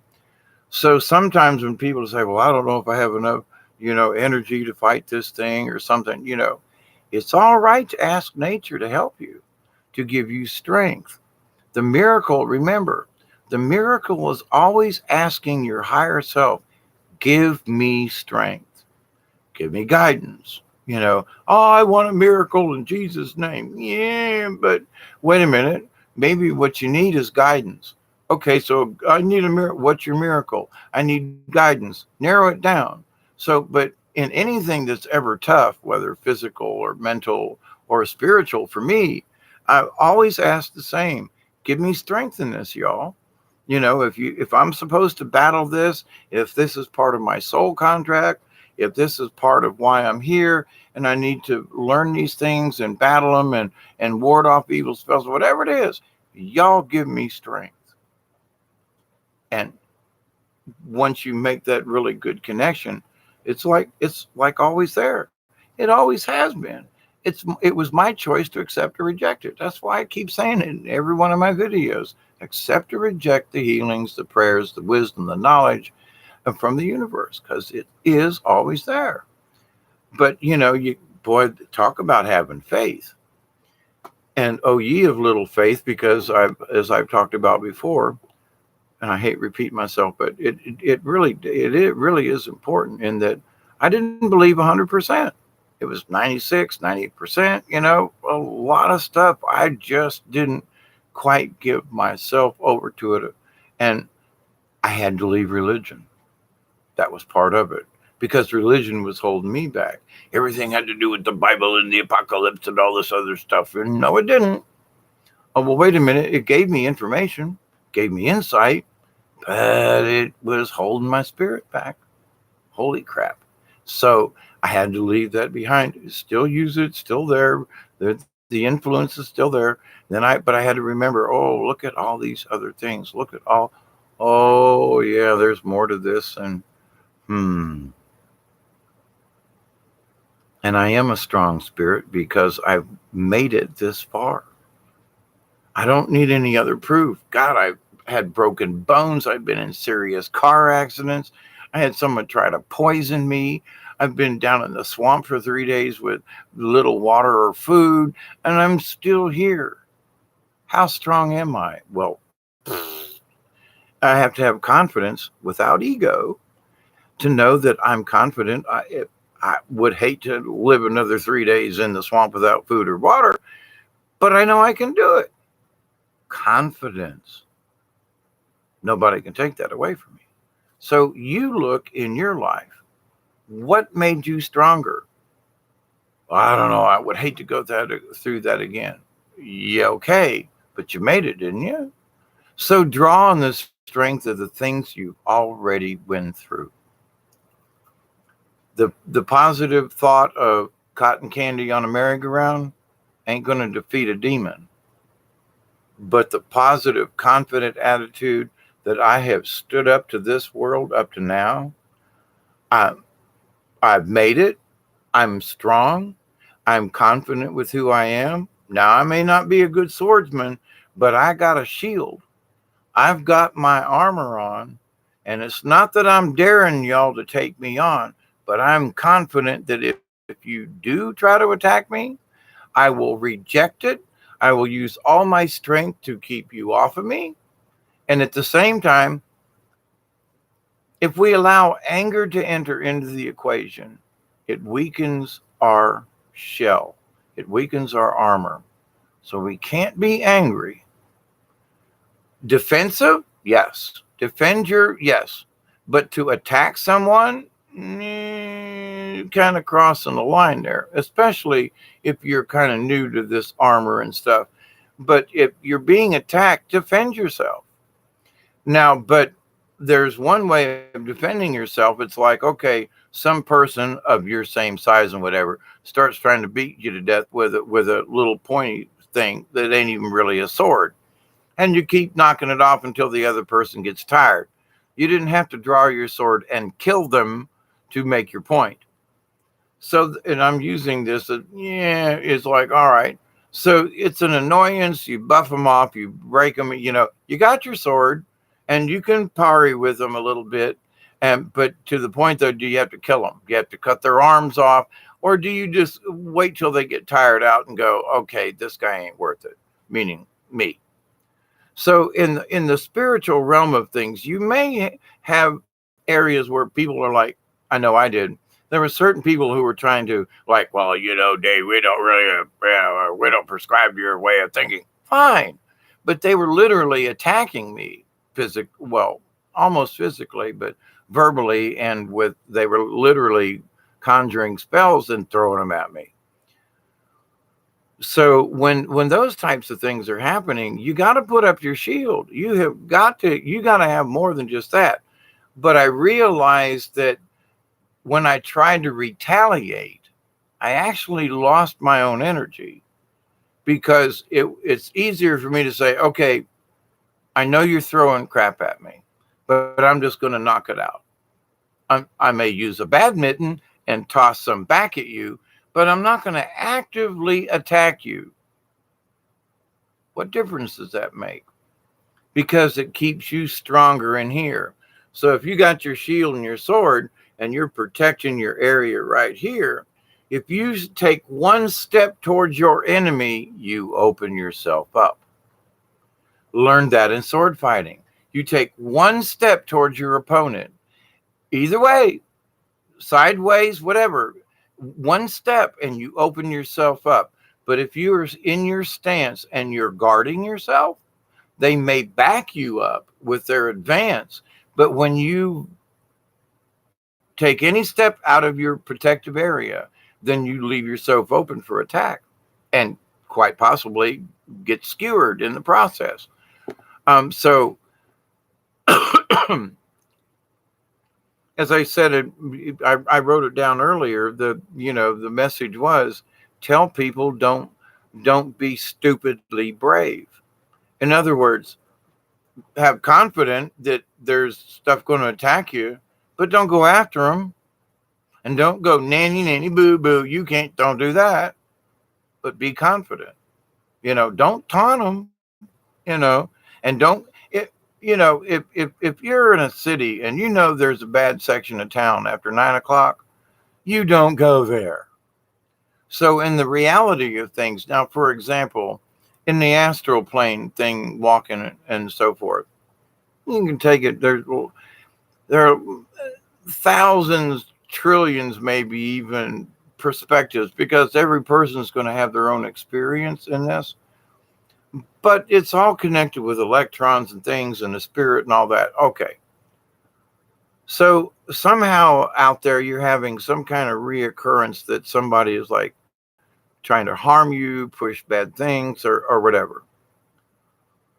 So the biggest thing to do is arm yourself before you go to sleep, before you go to bed, or before you try anything in that realm. And you simply say, I reject any negatives that may come to me while asleep or in my past. Sleep, I understand in my own head, means astral world too. It's sleep, dreams, whatever. And you can say it however you want to. But if you understand that if you say in my sleep, it means astral, okay, keep it simple. Keep your mantras simple. Long prayers don't really work. Simple little sentences, mantras. And in a way, they're sort of like spells, in a way. But you're reinforcing your own behavior. I am strong in who I am. For me, when I'm doing a ceremony, I say, I am Hawkeye Two Feathers. I am here, and I state my purpose to bring peace, to bring harmony, to bring honor to the spirits and to this place. That's what I say. So, and all spirits are welcomed, but negative energies who wish to promote their negative thoughts are asked to leave. I tried a couple of times to say, all you negative energies, be gone from here and ban. Oh, that shit got me in trouble. Whoa, you talk about, because that's daring them to take you on. And I just say, now I'm confident. If you guys are got to come over here and pick on me, we're going to fight. But I'm just saying, I'm asking all positive energy spirits to come around. When I did a drum the other night, I did the same thing. All energies are welcome. But if you wish to bring harm or negative to this circle, you are not welcome. Please leave.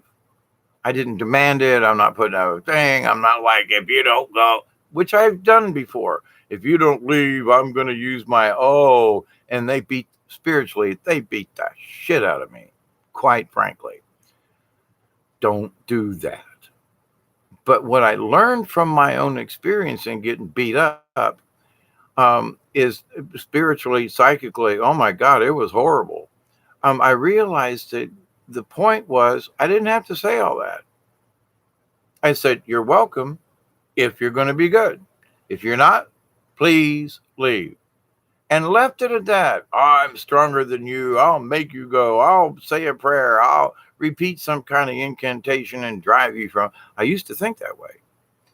And I realized the power that I had was not in that I had the power to banish them from the premises or my circle. But I did have the power to reject their presence. What? Yeah, if they were around, just say, I reject you. Don't want to fight, but hey, I reject you. Well, wait a minute now, he's rejecting me. I'm not going to fight with you, but you hang out over there somewhere, but not right here. So I didn't try to use my ego, which was my problem early on with some of these things, as a shaman in training, that I could actually demand that they leave. And from my own standpoint, it was like, bullshit. I don't have the power now to banish some of these spirits. And I don't have the right. And who am I to tell them they can't come here? And, it set up a bunch of stuff. But in preparing for a sacred circle, I'm asking the spirits to cleanse it. I'm asking the negative spirits to come. The positive spirits to come and protect the circle from the negative energies.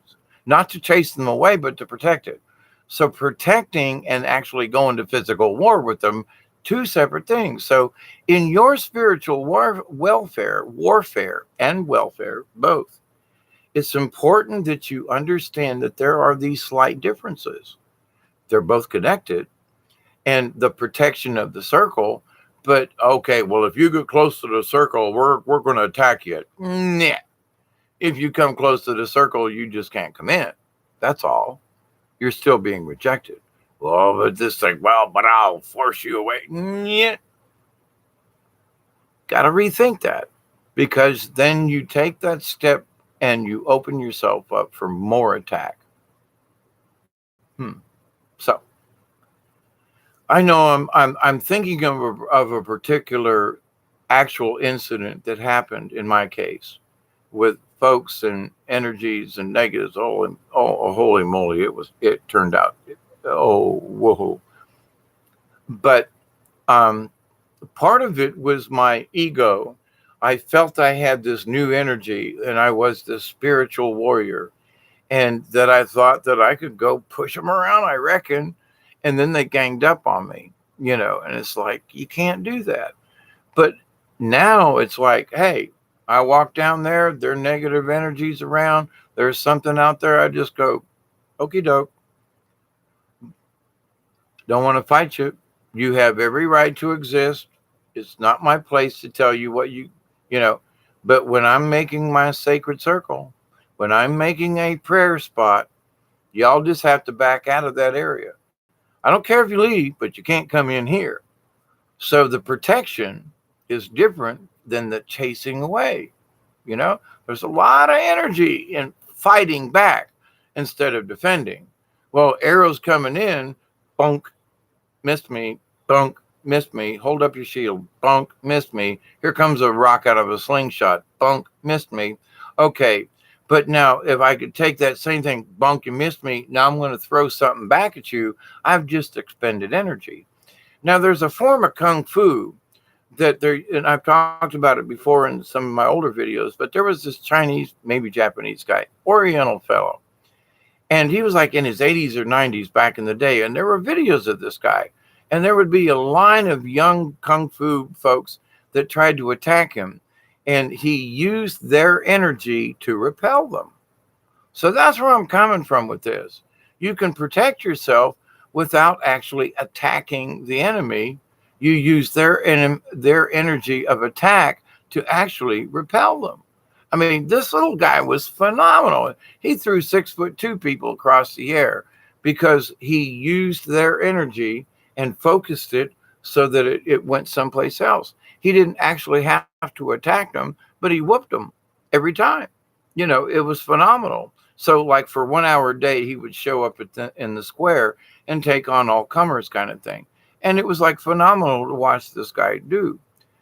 But anyway, so the idea that you have to physically go towards someone to like defend your position or something, not true.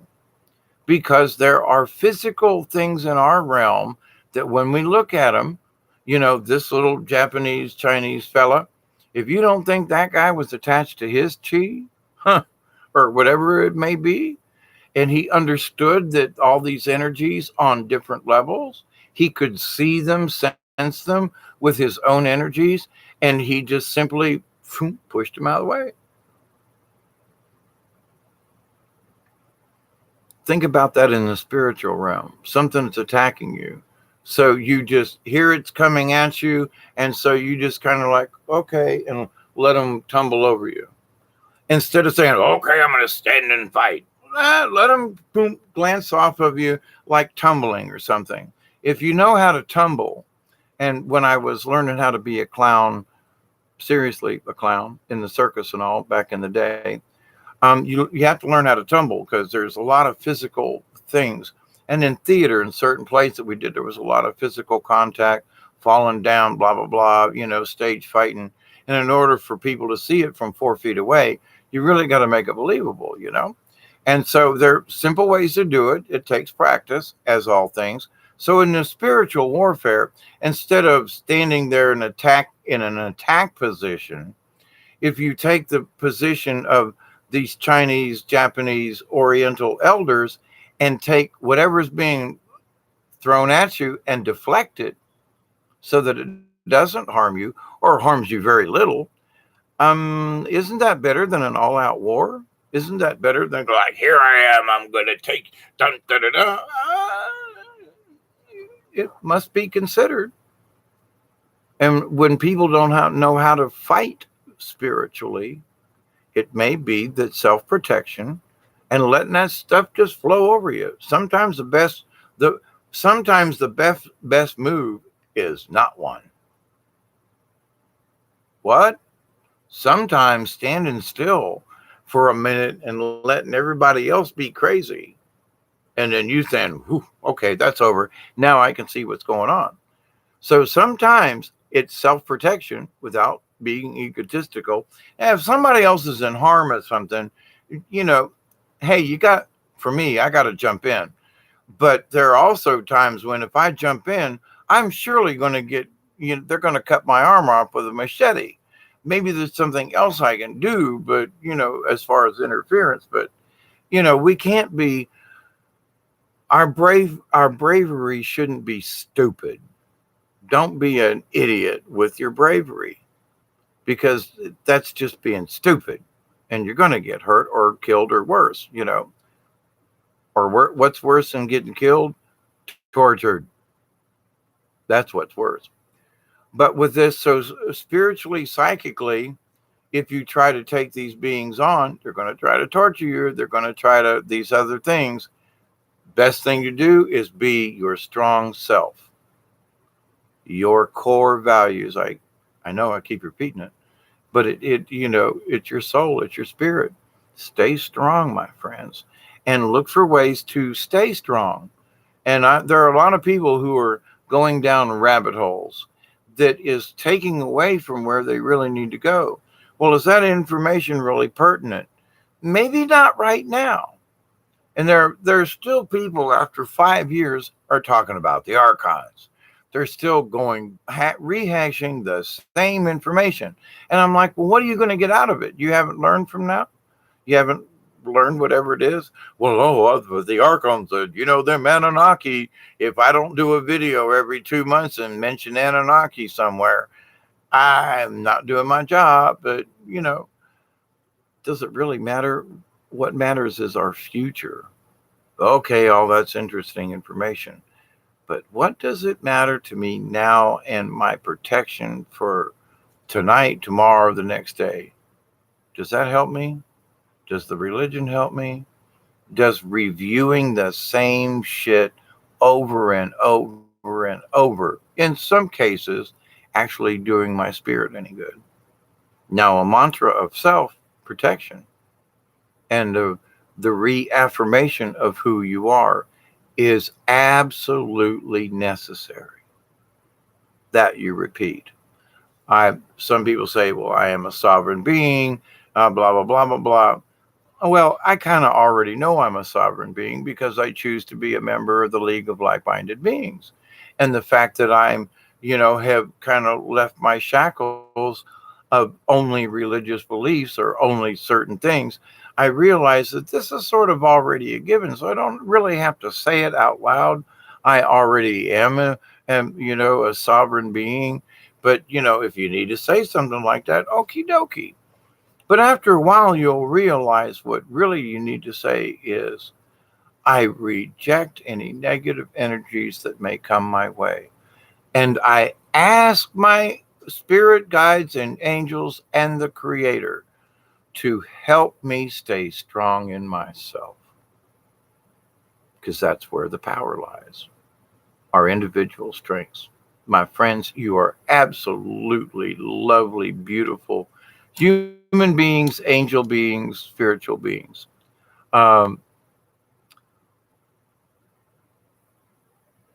Eyebrows says, I have less than 60 seconds before I leave this realm. I must take my elbows elsewhere. Anchor your elbows and go forth. Hi, Brandy. How are you? Eyebrows says, avoid mental soul shock. That's a good way of putting it there, Eyebrows. I got to say. Because, and the other thing is like, there's going to be stuff out there, and they may be actually good entities. They're going to scare the living crap out of you.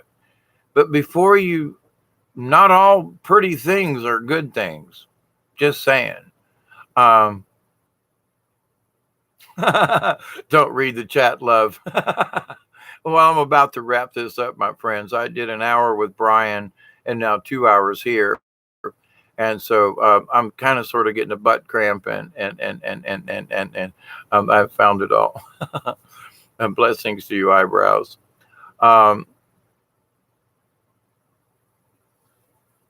Chloe in 5, 4, 3, 2, 1, and there's one additional now. Yep, there you go. One of the things though that we all need to do is with humility and honor, our own self respect and our own self honor, we honor each other. And you all do that. And I know y'all remember a couple of years ago, there were so many trolls in chat rooms and things. It was like just nothing but constant arguing. And now if we have a difference of opinion, it's okay. But we're actually not just in my chat room here, but in many other, formats and things. People are being a lot more nicer, especially in subjects like this. And we're not calling each other you dumb asshole, blah blah. I mean, the tone has changed. So when people ask me, well, Hawkeye, how can you tell that things have changed? I just watch y'all.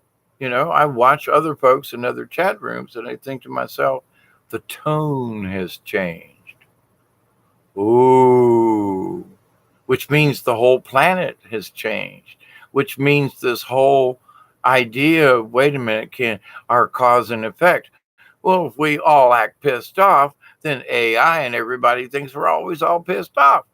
But if we say, well, listen, you know, that right there ticks me off, but I'm just going to say, okay, I reject my putting any emotions into something.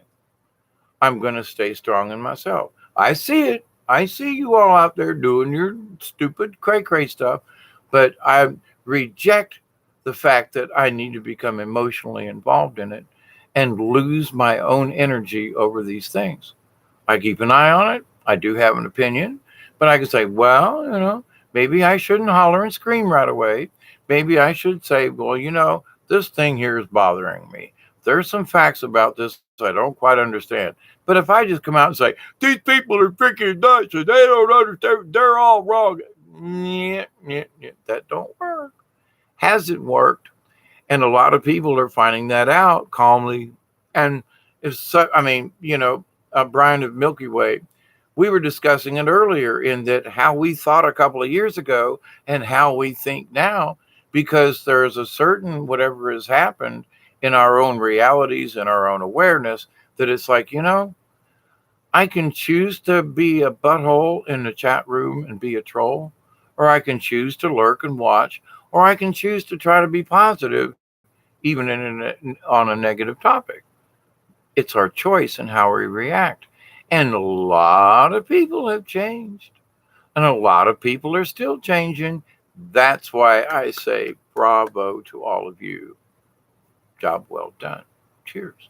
Let me read back up here a little bit. I pretty much said my piece. Let me read what you got. Eyebrows.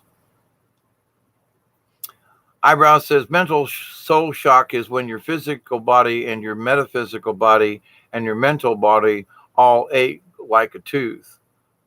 And it's actually worse than that.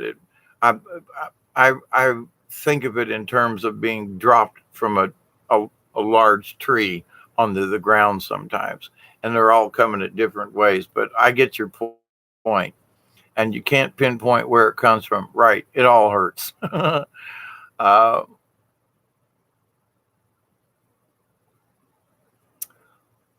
When you're strange, people remember your name. When you're strange, when you're strange.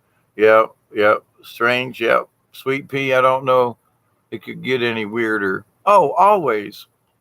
But the thing is, yeah, like Chloe, we're all strange here, yep. But we're all strong too. You may not be a biathlon or triathlon or decathlon or all these things, and you know but you can be reassured in your own strength and have confidence, and just that's what of all the things that keep coming out of the spirit realm, if you will, to share is like, tell folks, you're stronger than you think, but again, don't be belligerent. Again, have be humble, humility, honor yourself, and honor those around you, even if they're really don't deserve it. We still have to honor them. We don't have to like them, but we still have to honor them as beings. We don't, if they're in the pedo or something like that, we have to honor them as beings, but not for what they do or how they do it. Yeah, there's a difference in there. But anyway, uh, let's see.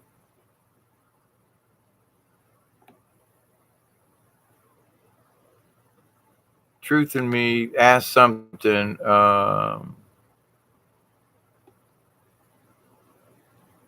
What are you using for electricity? Chloe says, I'd watch a video on elbow anchoring. I've less than, let's see.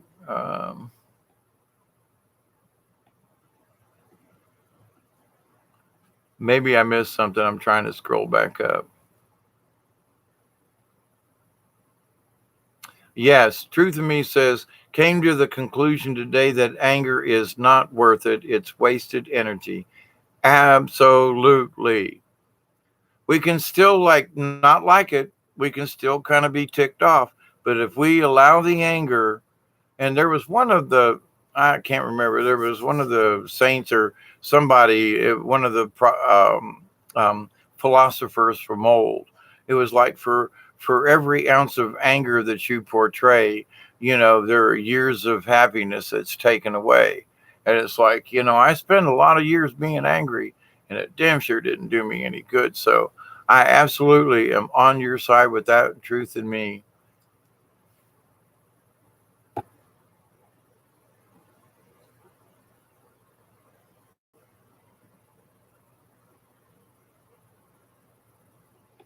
Oh, I see. Everybody was kung fu fighting. I got you, Chloe. Okay.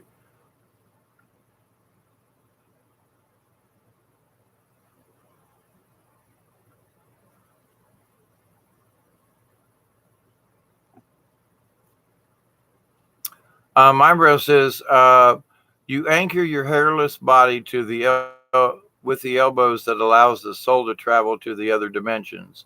The elbows ensure no mental soul shock because of the background radiation. Truth in Me says Catholicism was a cult. It still is a cult, but anyway, um, yeah, I love the Doors as well too. And there's some information that what you call it of the Doors was a 72, but that's an interesting point about that. Chloe says, Sweet Pea, we came to the conclusion that everybody's truth is true for them. And that is true for everybody. Their truth is true to them. However, part of the truth, though, in my opinion, is that we all share this common league of like-minded beings. I mean, I'm still who I am. You guys are going to be who you are, but we still share these other commonalities. But anyway,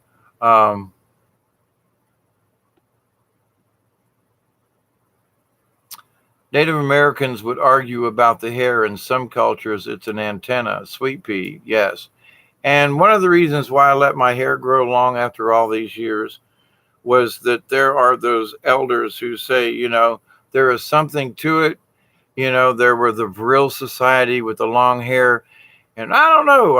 I know it gets in the way sometimes, but I can't prove that it's um, I can't prove that hair is an antenna. But I gotta say that the longer hair is now. Maybe I would have achieved it without longer hair, but I don't know. But anyway, it is what it is. But there is a lot of, you know, the hair and all the follicles and attached to the brain. Just saying. Uh,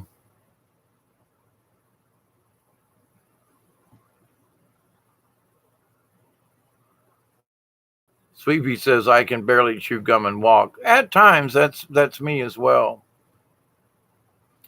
Truth of Me says I kind of understand. My hair actually hurts when I get a migraine.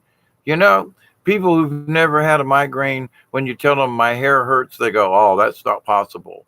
When you get a migraine and your hair hurts, you go, "Holy crap! I didn't know this was possible." So, but yeah, your hair hurts. Um, Pagan says, shave my hair, stand on end when a spirit comes by. Hair is a sensory asset. Oh, absolutely. I'm kind of joking, truth of me. I just have a big imagination because I'm a writer. Blessings, eyebrows. We need imaginations. Um,